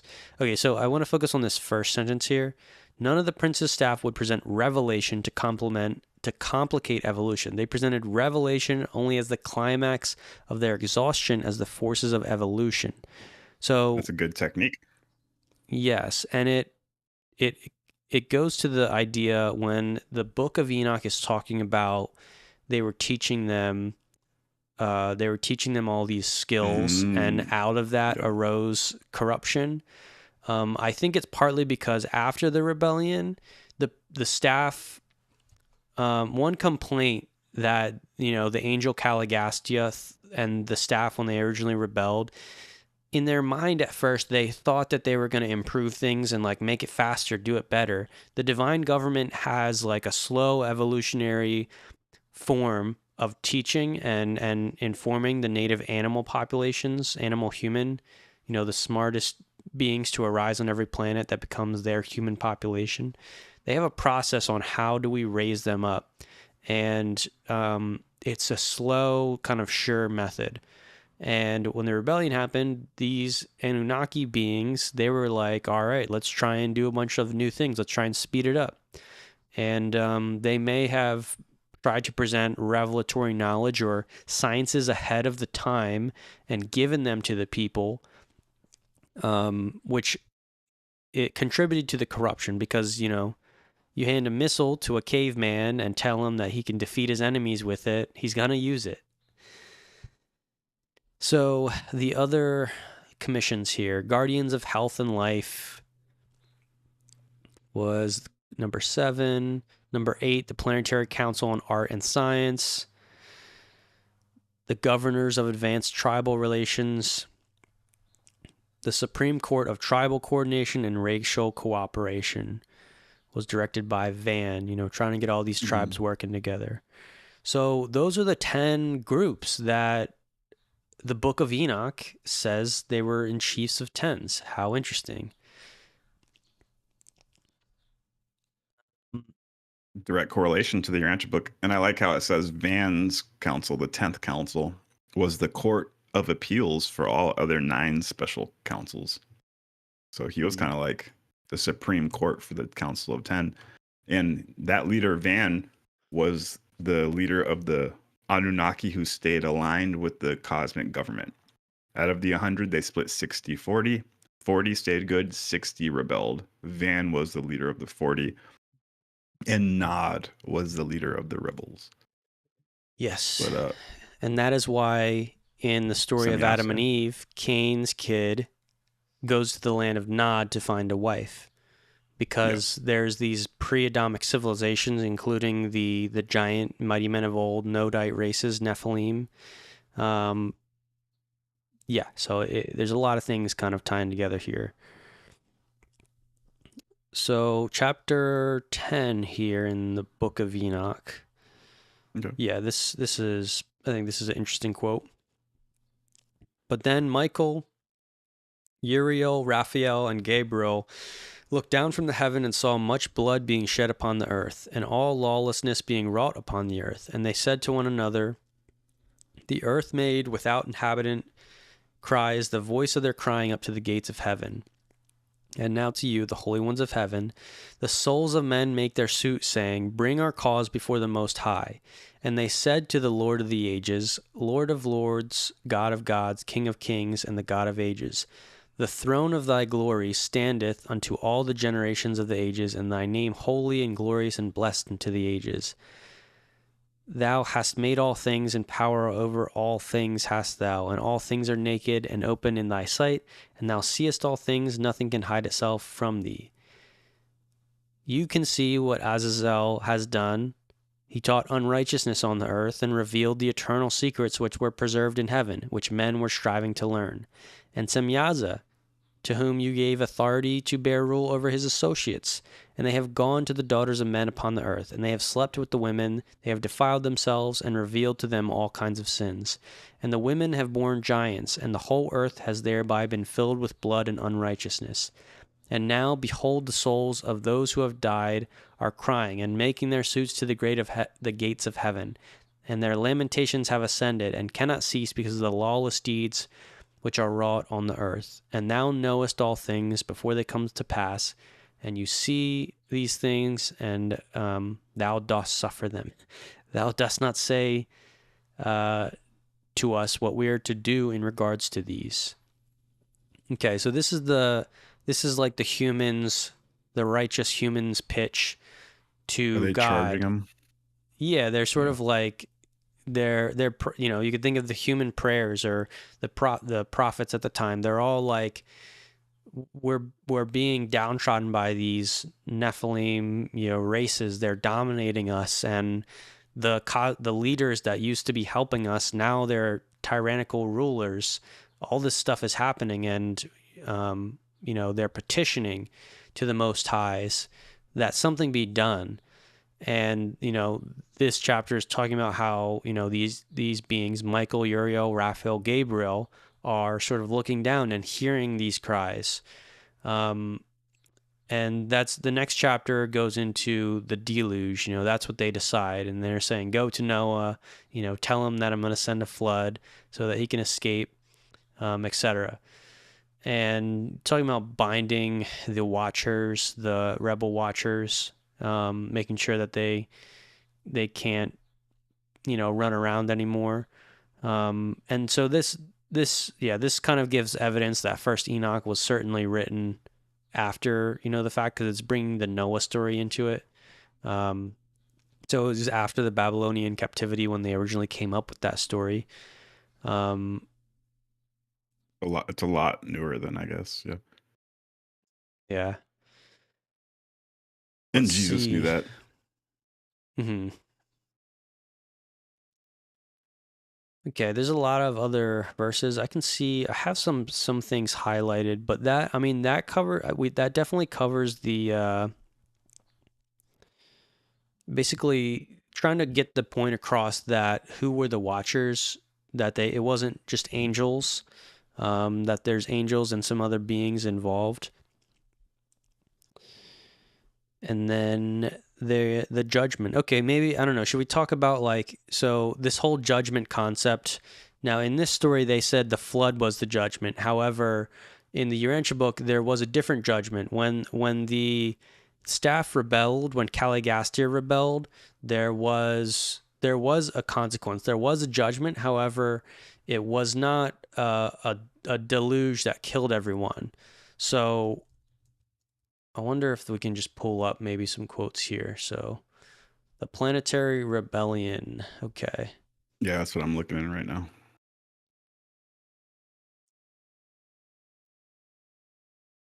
The Caligastia betrayal. So this section is kind of just talking about our planetary angel Caligastia. He betrayed the divine government, decided to do his own thing. Let's see. The outbreak of rebellion might be a good place to start. Yeah, I think you're right, because it talks about the consequences of what Yeah. happened.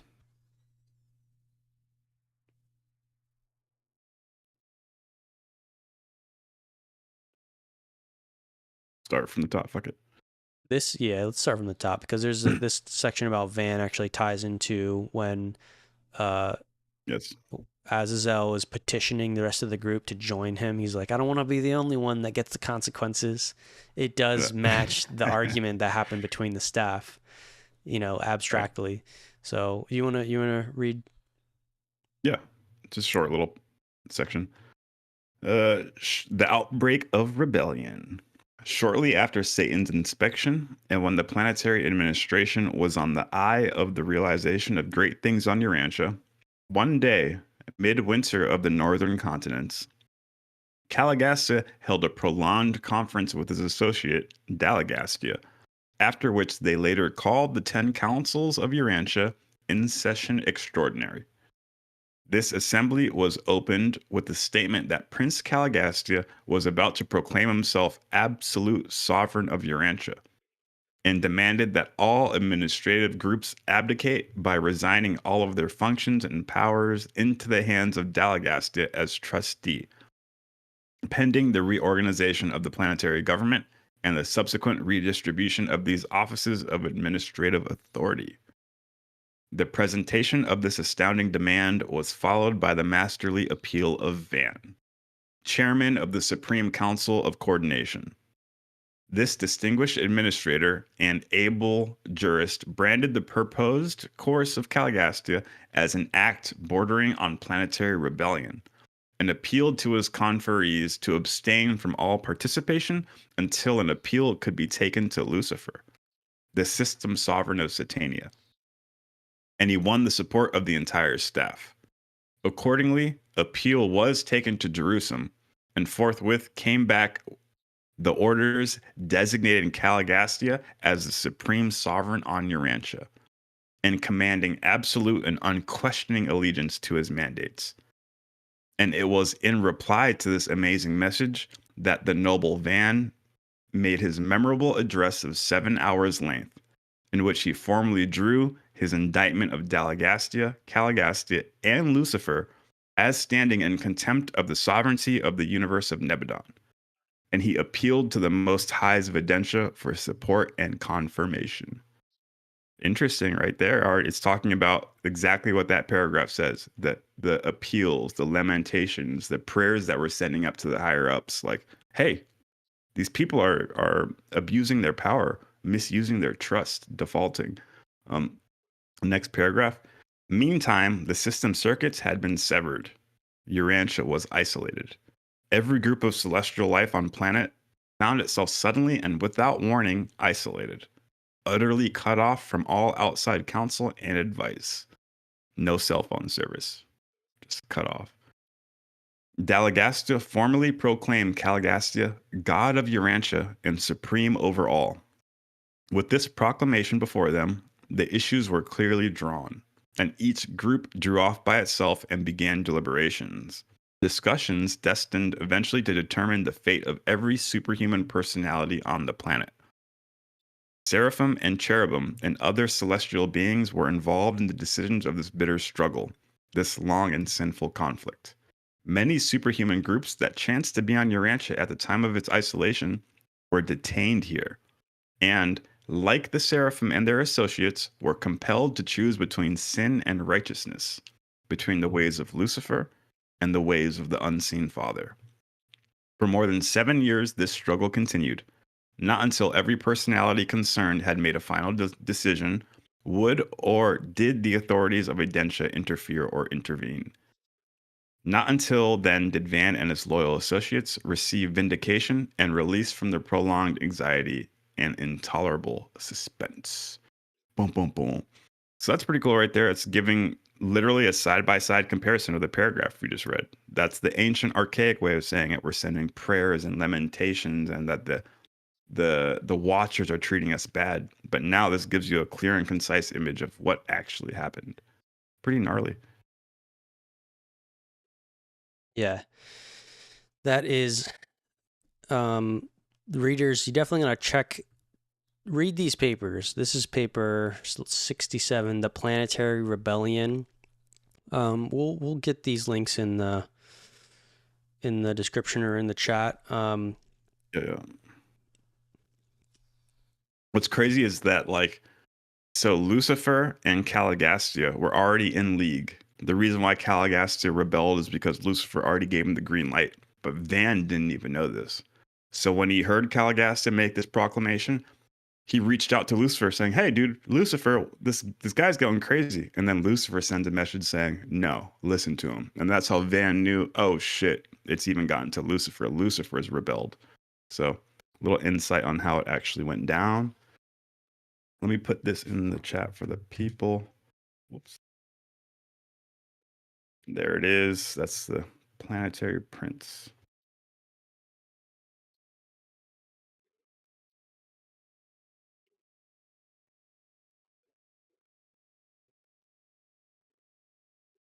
There you go. Cool. In the Dope, chat dope. for everybody.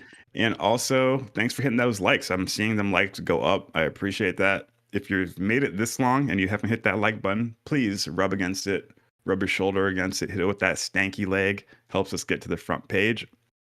If you're not a subscriber, hit the subscribe button. And you already know the deal. Shirt plug, we got t-shirts. You guys can join the movement. You guys can help sacrifice some Illuminati high priests. Every time you buy a shirt, we're burning one at the stake, an Illuminati high priest, not a shirt. Go check them out. Link is in the description. Only $30 each. We're only making $9 profit.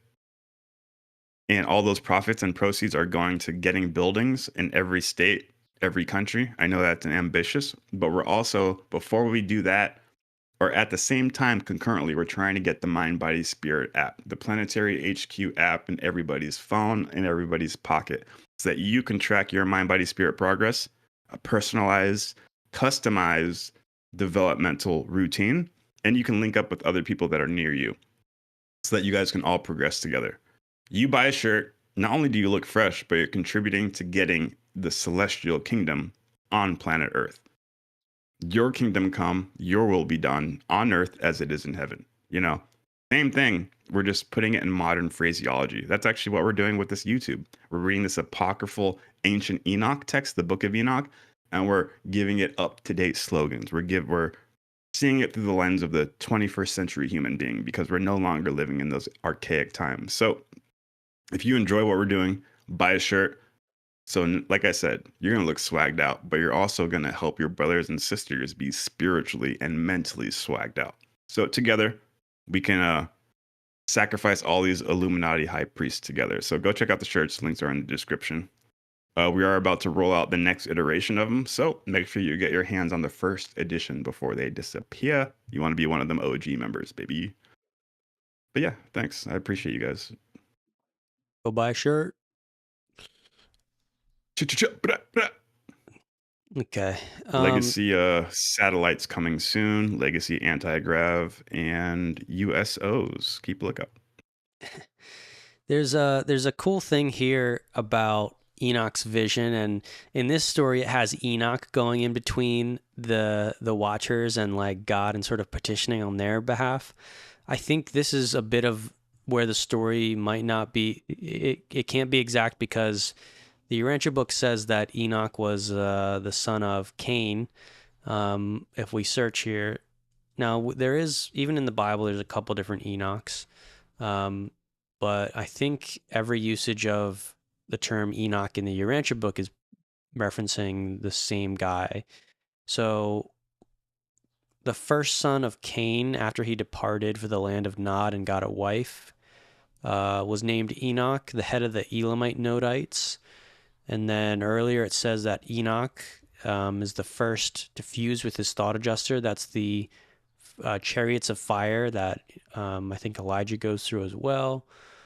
Let's see. And then the only other times Enoch is mentioned is talking about when Jesus read the book of Enoch and was very interested in the content, but also did not think that Enoch himself wrote it, but he did get the term the Son of Man from that book and kind of roll with that, for his own mission. Um, let's see. Okay, well, I guess this section here is kind of interesting to read. Um, so Enoch's having, What part? this this vision with God or with angels.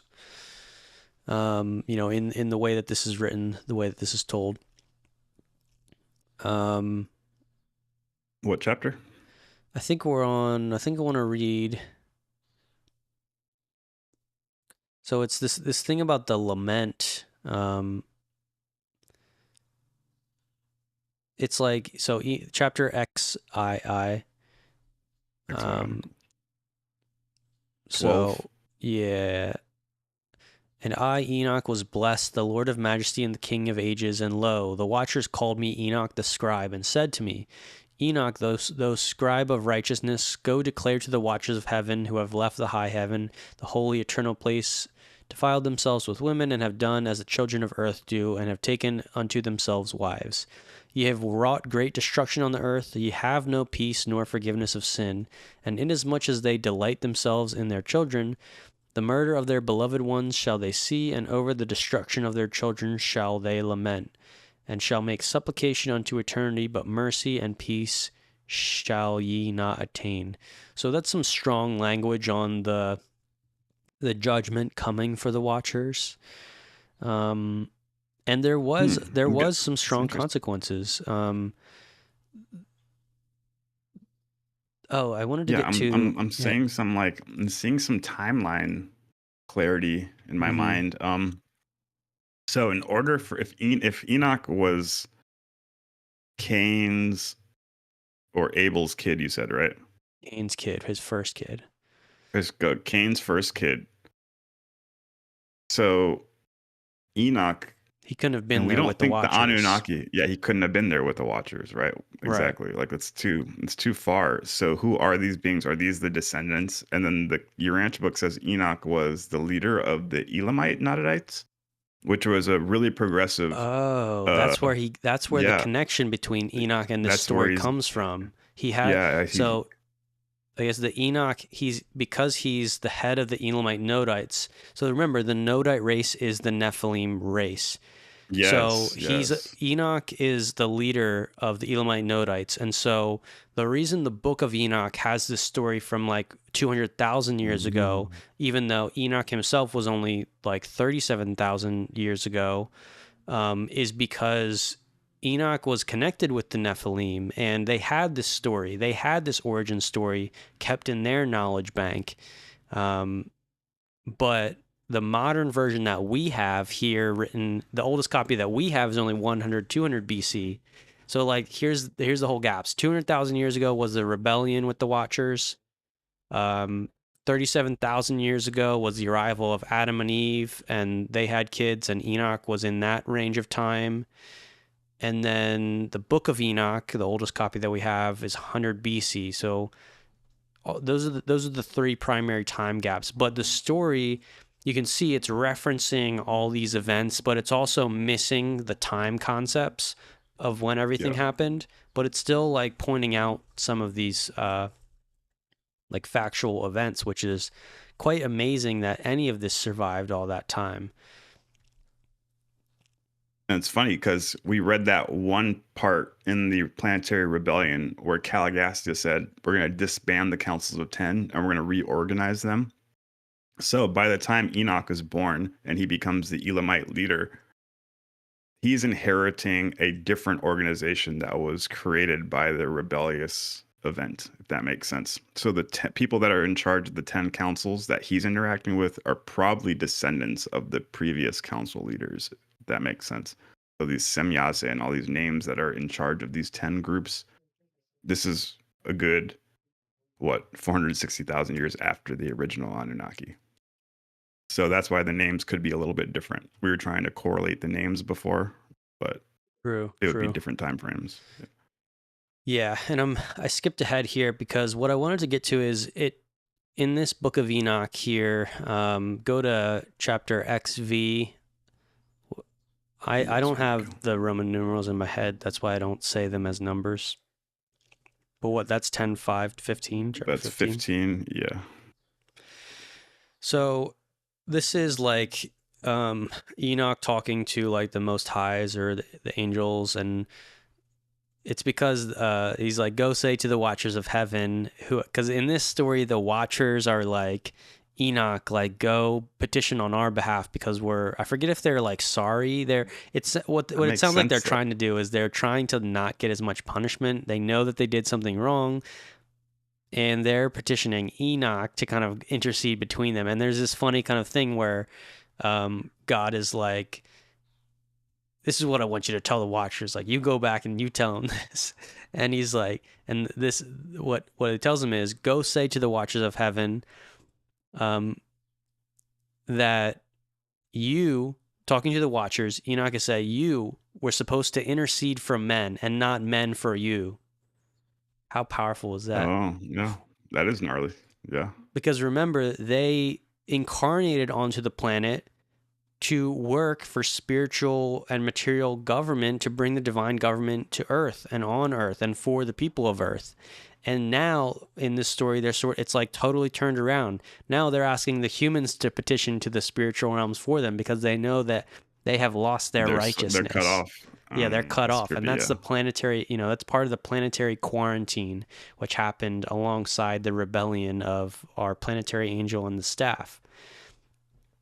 And they knew Enoch had a blood relationship to Adam and Eve. So they're like, hey, you know, we're in bad standing, but we know you're the kid of Cain. Can you go schmooze the Adamites for us? Oh, Like I see. Yeah, yeah. put in a good word for us because we know Adam and Eve. Yeah. Um, yeah, so that's a powerful statement. Now, this quote, wherefore have ye left the high, holy, and eternal heaven, and lain with women, and defiled yourselves with the daughters of men, taken yourself wives, done. Okay, this. And though ye were holy, spiritual, living the eternal life, you defiled yourselves, you lusted. Now, let's see. You will die and perish. I'm trying to kind of skim, so this one, verse 6. You were formerly spiritual, living the eternal life, and immortal for all generations of the world. Mm-hmm. And therefore I have not appointed wives for you, for as the spiritual ones in heaven is their dwelling.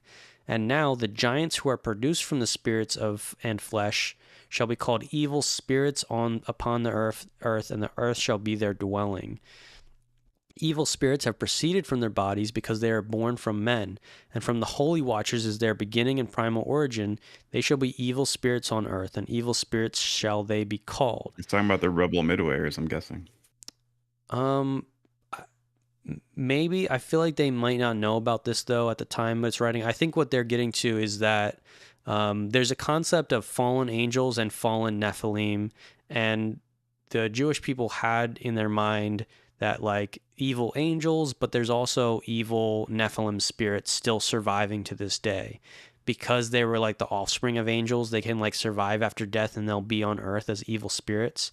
So because it's talking about their bodies after they die, they're going to become evil spirits, and they're going to sort of haunt the earth. The earth will be their dwelling. And the spirits of the Yeah, giant but I do see afflict. that one part where it says like, what is it? The proceeded from the spirits and flesh, and they shall be called evil spirits upon the earth.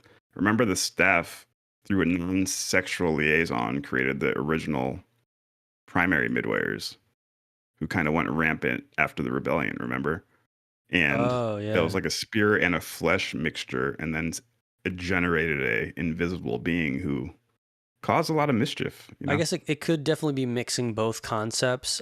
But my Yeah. understanding is that the way the Jewish people interpreted this was that there were still like leftover spirits from the Nephilim race, and they were evil spirits that were still able to afflict humanity even after the death. But that does Yeah. mix with the Have you seen midwear Noah? concept. What's that? Have you seen that movie Noah No. with you gotta watch that. That's a good one. Yeah, yeah. They have what you're depicting, like the leftover old Nephilim dark souls were still on the planet, Yeah, and yeah. then they wipe them out. It's a pretty cool That movie. that concept comes from this book, and it's I think it's Yeah. somewhat referenced in the Bible, but it's more fleshed out here, and it gives you an idea on where that kind of belief comes from. But we also, yeah, we do know. I mean, should we pull up? I don't know. Should we go into that midwear quote to explain some of that difference? Because they did come from the 100 staff. Yeah, I do. That's funny. That's the paper I just listened to. 77. Yeah, we can touch on it. That's why we're here, right, guys? That's why we're here, huh? I have it up right here. Okay, it's the first three, whatever. Okay, so the primary midwares, I'll just read it real quick. The primary midwares have their genesis in a unique interassociation of the material and the spiritual on Urantia. We know of the existence of similar creatures on other worlds and in other systems, but they originated by dissimilar techniques. It is well always to bear in mind that the successive bestowals of the sons of God on an evolving planet produce marked changes in the spiritual economy of the realm, and sometimes so modify the workings of the interassociation of spiritual and material agencies on a planet as to create situations indeed difficult of understanding. The status of the 100 corporeal members of Prince Caligastia's staff illustrates just such a unique interassociation. As ascendant Marancha citizens of Jerusalem, they were supermaterial creatures without reproductive prerogatives. As descendant planetary ministers on Urantia, they were material sex creatures capable of procreating material offspring, and some of them later did. What we cannot satisfactorily explain is how these 100 could function in the parental role on a supermaterial level, but that this is exactly what happened. A supermaterial, in parentheses, non-sexual liaison of a male and female member of the corporeal staff resulted in the appearance of the firstborn of the primary midwayers. It was immediately discovered that a creature of this order, midway between the mortal and the angelic levels, would be of great service in carrying on the affairs of the prince's headquarters, and each couple of the corporeal staff was accordingly granted permission to produce a similar being. This effort resulted in the first group of 50 midwayers. Then they keep doing, they were like, oh, wow. And they made 500,000. And then I think out of the 500,000, it says 50,000. 41,000, or out of the 50,000, 41,000 rebelled. Yeah, So, and this probably explains more of the lore about evil spirits than the yeah, actual dead staff themselves. You could yeah. speculate that the Anunnaki staff, when they died, because of their origins, maybe they survived. They didn't go into sleeping survivors. They weren't unconscious. Oh, As a semi-astral spirit being, they may have oh, that's a hot resided on the take. planet for some amount of time and actually stayed conscious to communicate, and maybe, but at that point they have much less power over the physical world. And so I think that Interesting. that's what it's getting to. But you're right; it's absolutely mixing the concept of the midware evil spirits, which were invisible to the mortal eye, but could do a lot of strange things. And that's, yeah, all these things mesh together to understand the rebellion of the Watchers. And like Debake said, 50,000.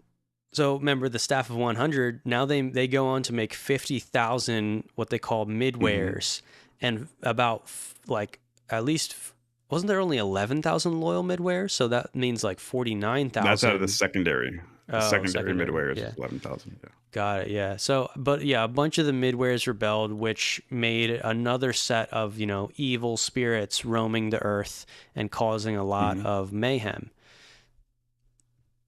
So you have rebel physical beings who are boys, homies with rebel invisible midwayers, and they're just going rampant on the planet, dude. Fucking causing chaos. Yeah. Fuck, what was I gonna say? I had something to say, but it'll come back to me after. Do, do, do. Hmm. Oh, I was gonna say, so from reading this and understanding the timeline and how Enoch was like a almost a Adamic descendant, he's mixed, right? Because Cain's half, so he's like one quarter Adamite, three quarters Nodite. They make him the leader of the Elamite Nodites, which in the Urantia paper say were the more spiritual type of Nodites. He has knowledge of the rebellion, and he's in charge of the rebellious Nodites, but he's like right in between. He's the crux in between the Nodites and the Adamites. Could you call Enoch a watcher? Would he be a watcher himself? Hmm. I mean, in the Book of Enoch itself, it specifically It kind of designates the separates it, 200 right? Watchers, Yeah, and that being the immortal staff. So yeah, I don't know. I'm not sure exactly how yeah. if He the would be like the Watchers term is. closest living bloodline relative of the Watchers at the time. Yeah, yeah. There's a whole section here of Enoch. He's like journeying through Sheol, which is that sort of waiting place through Earth and Mm-hmm. Sheol. And I think this has some encounters or something with like he sees Okay. these like the fiery pit where they say that they're going to throw some of these uh, evil spirits, and he says he sees a spirit of a dead man making suit, so like a dead human. That's also where some of these concepts of Sheol come from, being the waiting place when people die. We know this as the sleeping survivors, which the Urantia book talks about. However, you're mostly unconscious. Um, Interesting. Yeah, I there saw a spirit of a is dead man making suit. No, that's weird. there's a really interesting thing. This is kind of a jump, but we kind of got through a lot of those main quotes that I had highlighted. There's a real weird thing where Enoch, in his journey in the heavens, sees a tree, and it's an interesting tree that has is quite marvelous to him, and it could link to the tree of life. Hmm. Um, Does it keep him alive forever?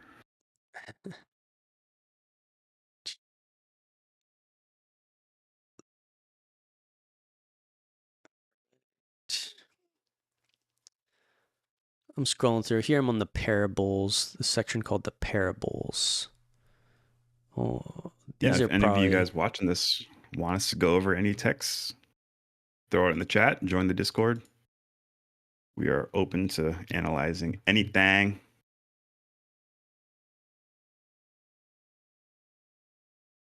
Thank you for the likes. Appreciate the chat. Hope you guys are having a good morning so far. Hope you guys are going to have a good week. I know you guys are going to have a good week. You guys are going to take this Book of Enoch, spiritual fuel, and light it up like an F-22, going supersonic. And if you got questions in the chat, drop them now. I know we haven't really been interacting too much, but now's your chance. If you want to have specific questions about how this stuff ties together, we kind of hit, honestly, most of our main points. We're coming up Yeah. on, let's see, 2 hours on the stream. Okay. So this might be a good time to kind of wrap it up.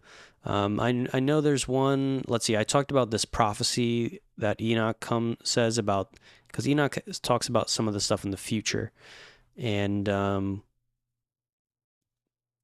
maybe let's go over that now. So the key term here is sevenfold. So if you are in the Book of Enoch and you search for sevenfold, there's a section here. So we'll probably read. Let's see. Should we read this whole section? Wrathchild, what's up, man? So we seeing your text right now. I'm just now seeing it.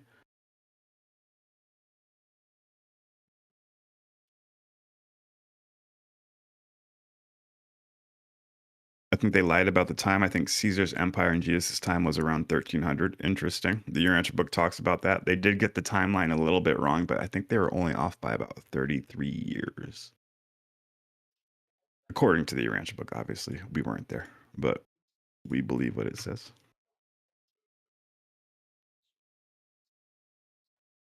Spotlight guy, what's up? Aliens sent me here. going on, my brother? Let me use the bathroom real quick. All right. Yeah. All right, so I'm trying to figure out kind of how to explain this, but maybe I should first kind of give a shout out to the Urantia book reader that pointed out about this interesting connection, this prophecy, you could say, from the Book of Enoch. So let's grab this link, kind of show you what's going on.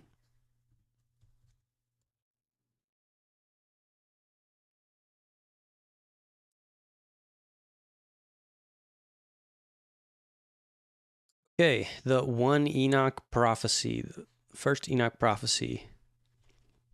So this is a Urantia book reader, and this came out in the Urantia Book Fellowship's email, kind of mini messenger is what they call it. So definitely check that out. Sign up at urantiabook.org.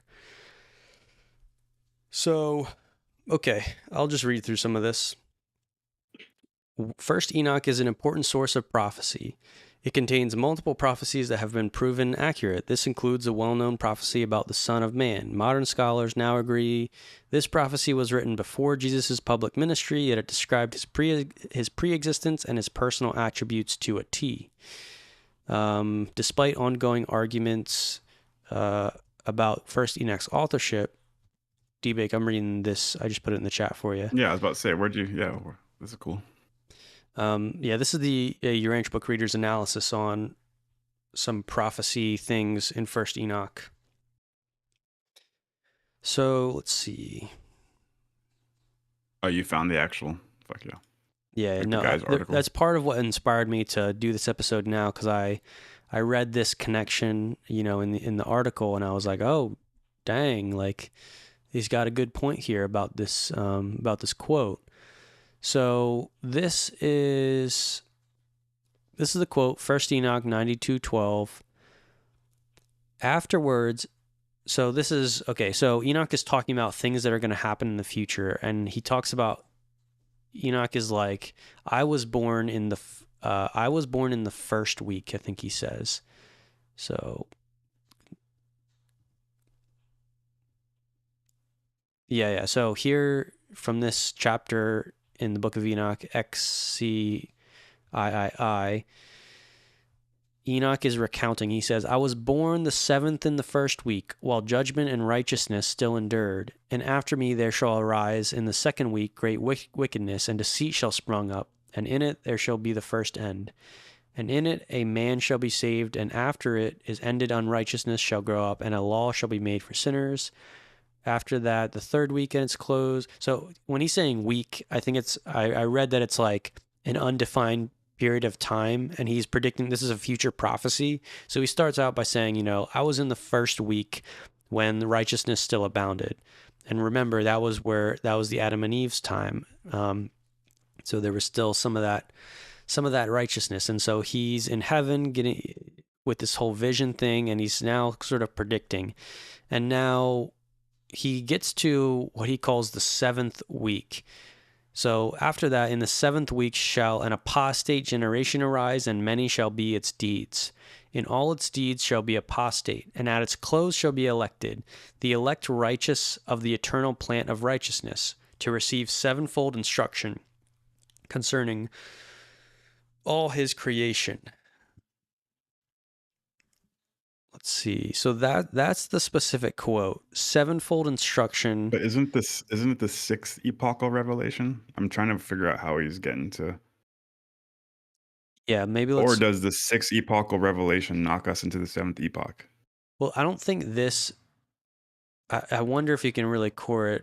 It's the 5th epochal revelation. It's 5th epochal revelation. So I don't think it correlates exactly with the weeks. So his point is that when it says 7-fold instruction concerning all his creation, he's saying that this is Enoch's prophecy about the arrival of the Urantia book. And so I guess we're trying to analyze is like how strong of a case can you make for this? So the reason, let's see. So now back to the article. So is he just saying because the Urantia book says the word 7-fold, Is that his main connection? Yes, but it's not just that it says sevenfold. It's that it's like an integral part of the explanation of the It character of uses it a God. lot. Sevenfold is not a concept. The sevenfold concept of God, like that's not.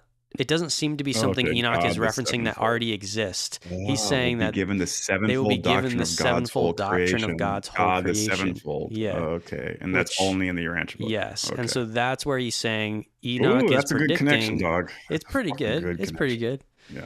Yeah. Um, and yeah, so let's see. And he says that after he did his tour in the divine realm where Yes. the angels explained everything. Yeah. Dude, I got the goosebumps just thinking of that shit right now. Holy Right. fuck. So, That's okay, so fire. here back to the article. Here's some cool explainer. So, sevenfold is an uncommon word, and whole creation means both the physical and spiritual domains. There's only one book that fits this description exactly. It was published in Yo. 1955 called the Urantia Book. The word sevenfold is used 148 times and 7,999 times. This figure includes 3 mentions in the plural. In the Bible, 7 signifies completion and perfection. And then he gives some examples of the way the Urantia book uses sevenfold, 7 super universe levels. There's a whole thing to the number 7. Even the Trinity, when the Trinity works in working groups, you get 7 primal variations. Yeah. Father, Son, and Spirit. Father working with the Son is one variation. Father working with the Spirit is another variation. If you do it, and then at the end, it's when the Father and the Son and the Spirit all work together, that becomes the 7th working group of inner associations. It's permutations and combinations, that Yeah. math How concept. many times can you combine 7 for the people? Obviously, like you said, Well, Father combine is 3. 1, 3. How many times can you combine the Trinity? Father, 1, Son, 2, Spirit, 3. Father, Son, Father, Spirit, Son, Spirit. That's 6. And then Father, Son, Spirit. That's 7. So that's 7 different combinations you can get from the original Trinity. It's sevenfold. It's pretty gnarly. Da Yeah, Vinci and knew there's about even that too. more Da to the Vinci wrote about that. sevenfold. It's more than just that inner association. There's a whole lot of explanation. So, yeah, and then there's some Shout out quotes to here. what's the So, homie's name? yeah, so It's this is, let's see, his name's right here.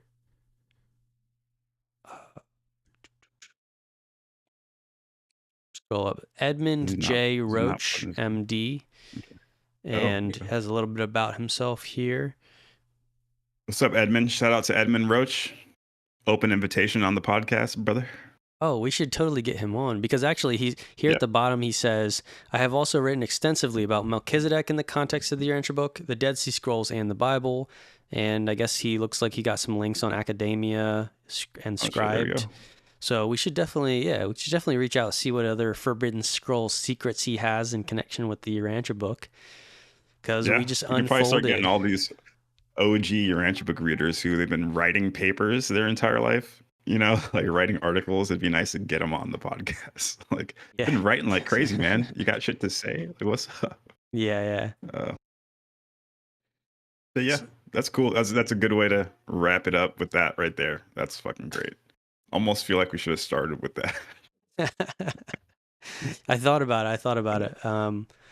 But there we got it in. There's another. I think Revelation has some interesting quotes that could also point to the Urantia book. However, I'm not one to get because I don't think you need to validate the Urantia book because there's some pre-existing prophecy about it. I know that's a very in the biblical worldview, that whole idea of prophecy is almost like a proof for like Jesus, and it's a proof that the Bible is real because all these prophecies happen and then they're made. The problem is that we generally only look at these prophecies in retrospect after, and then we pick the events to associate with the original prophecy. Yep. And so it's more like if you were there in the time and the prophecy happened, and then like every generation thinks it's the end of the world. That's the type of thing I'm talking about, where it's like with prophecy, it's like kind of loose, but then in retrospect, I just don't think you can use it as like 100% clear proof. But it is interesting to connect, and it's also not out of the wheelhouse that Um, when this document was written, the writer was aware, I guess, of the plans for new truth to come to Urantia, and part of that new truth would be the revelation about the sevenfold nature of God.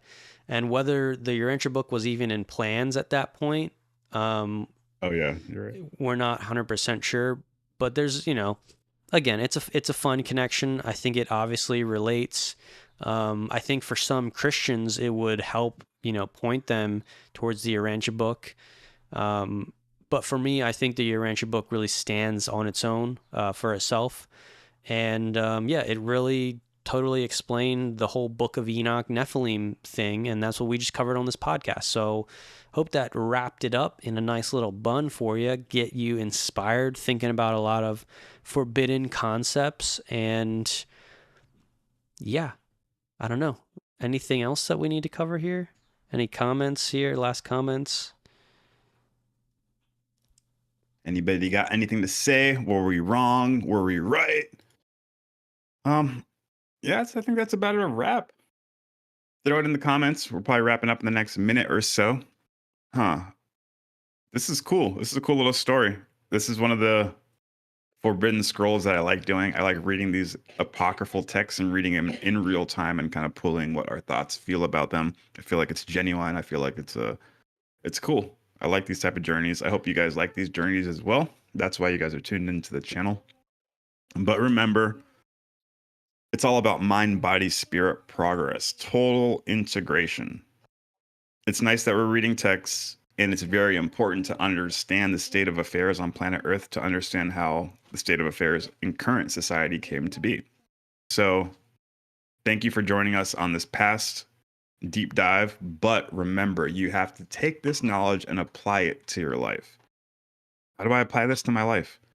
We just read about celestial beings manifesting bodies and influencing us in the ancient past. What does that have to do with my day-to-day routine when I wake up and go to work? Like what part of this is actionable?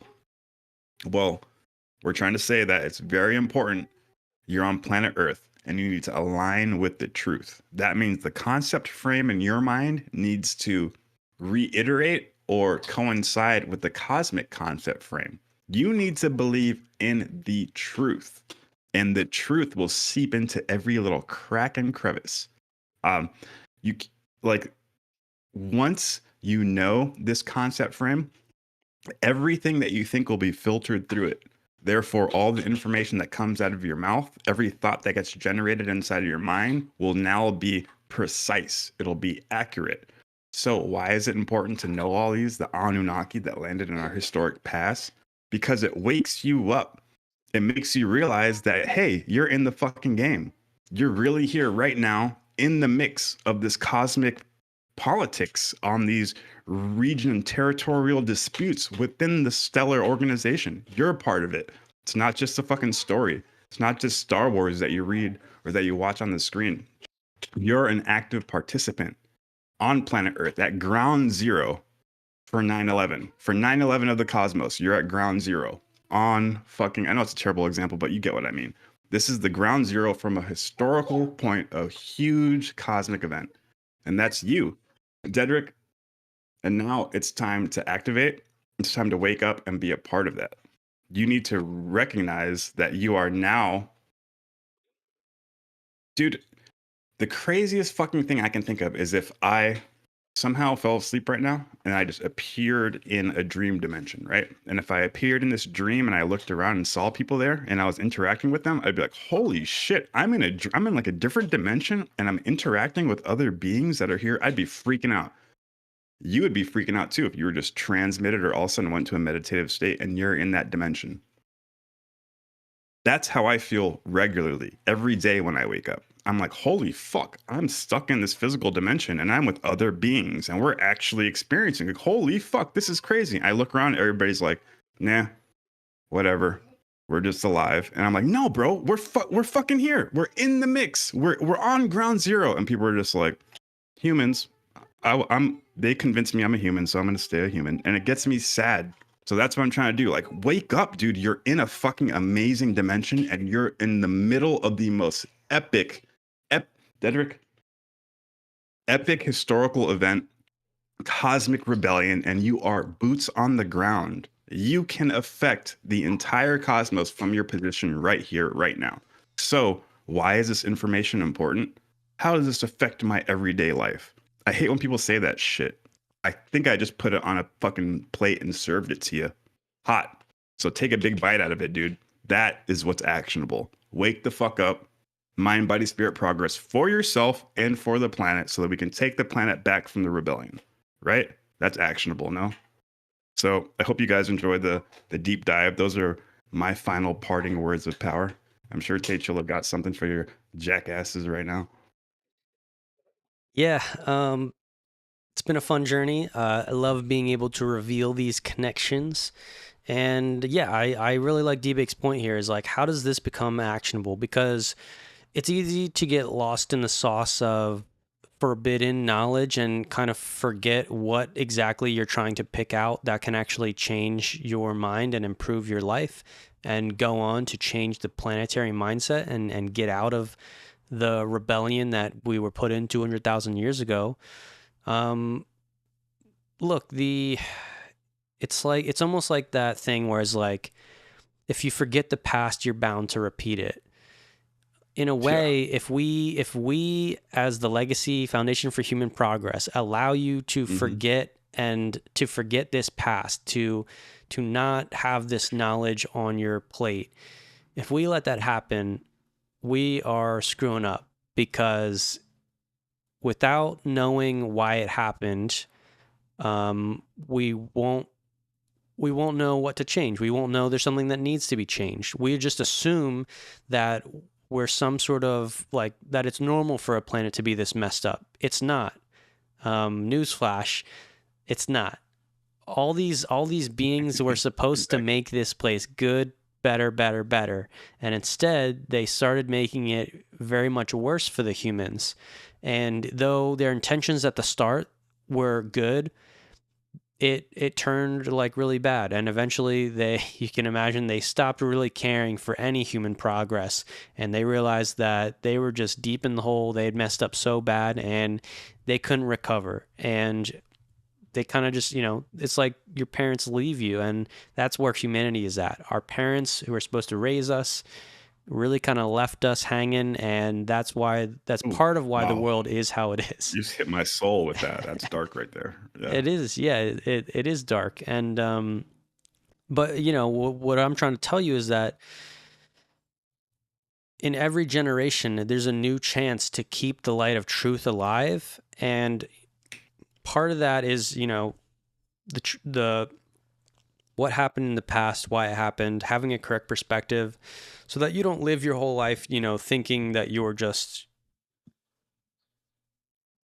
inconsequential or a random Mm. creation out of a mechanistic universe. No. The reason all this life program exists is because all these beings are participating to create it, make it happen, and have souls like us rising out of it, learning within it, being in the matrix and climbing out of the matrix, becoming spirit beings. The spirit beings coming down to us to train us are putting so much effort in because they know that we can get up to their level. We can go beyond their level. And Yeah. that's the eternal life journey adventure in time and space, and eventually out of time and space. We get to leave time and space. It's this whole program that you could call the ascension career. And so if you understand these key waypoints along the storyline, you can kind of throw away the prison planet ideology, or oh, it was just ancient aliens messing with us in the past, or the erroneous idea that it was angels, procreating with humans, and that doesn't make any sense. Well, it's like, well, now it all makes sense. So yeah, let that worldview kind of inspire you. Remember that now, it's up to the humans to do what the heavenly host failed at. They were supposed to intercede for God on our behalf, and now we are interceding on their behalf. Yeah. they're the they're the losers, and we have the chance to be the heroes. It's like the whole cast Sure. of the movie got thrown out, And now you can vie for your spot in the Ugh, human story, amen. in the legacy of human progress. That is my words of power for you. And thank you for watching. That's all I got. Thank you. Gangsta with it. Woo, baby. You could feel it from here. Take that spiritual energy and bring it to your next Bible study, baby. D-Bake, Tate Chilla, I think we out.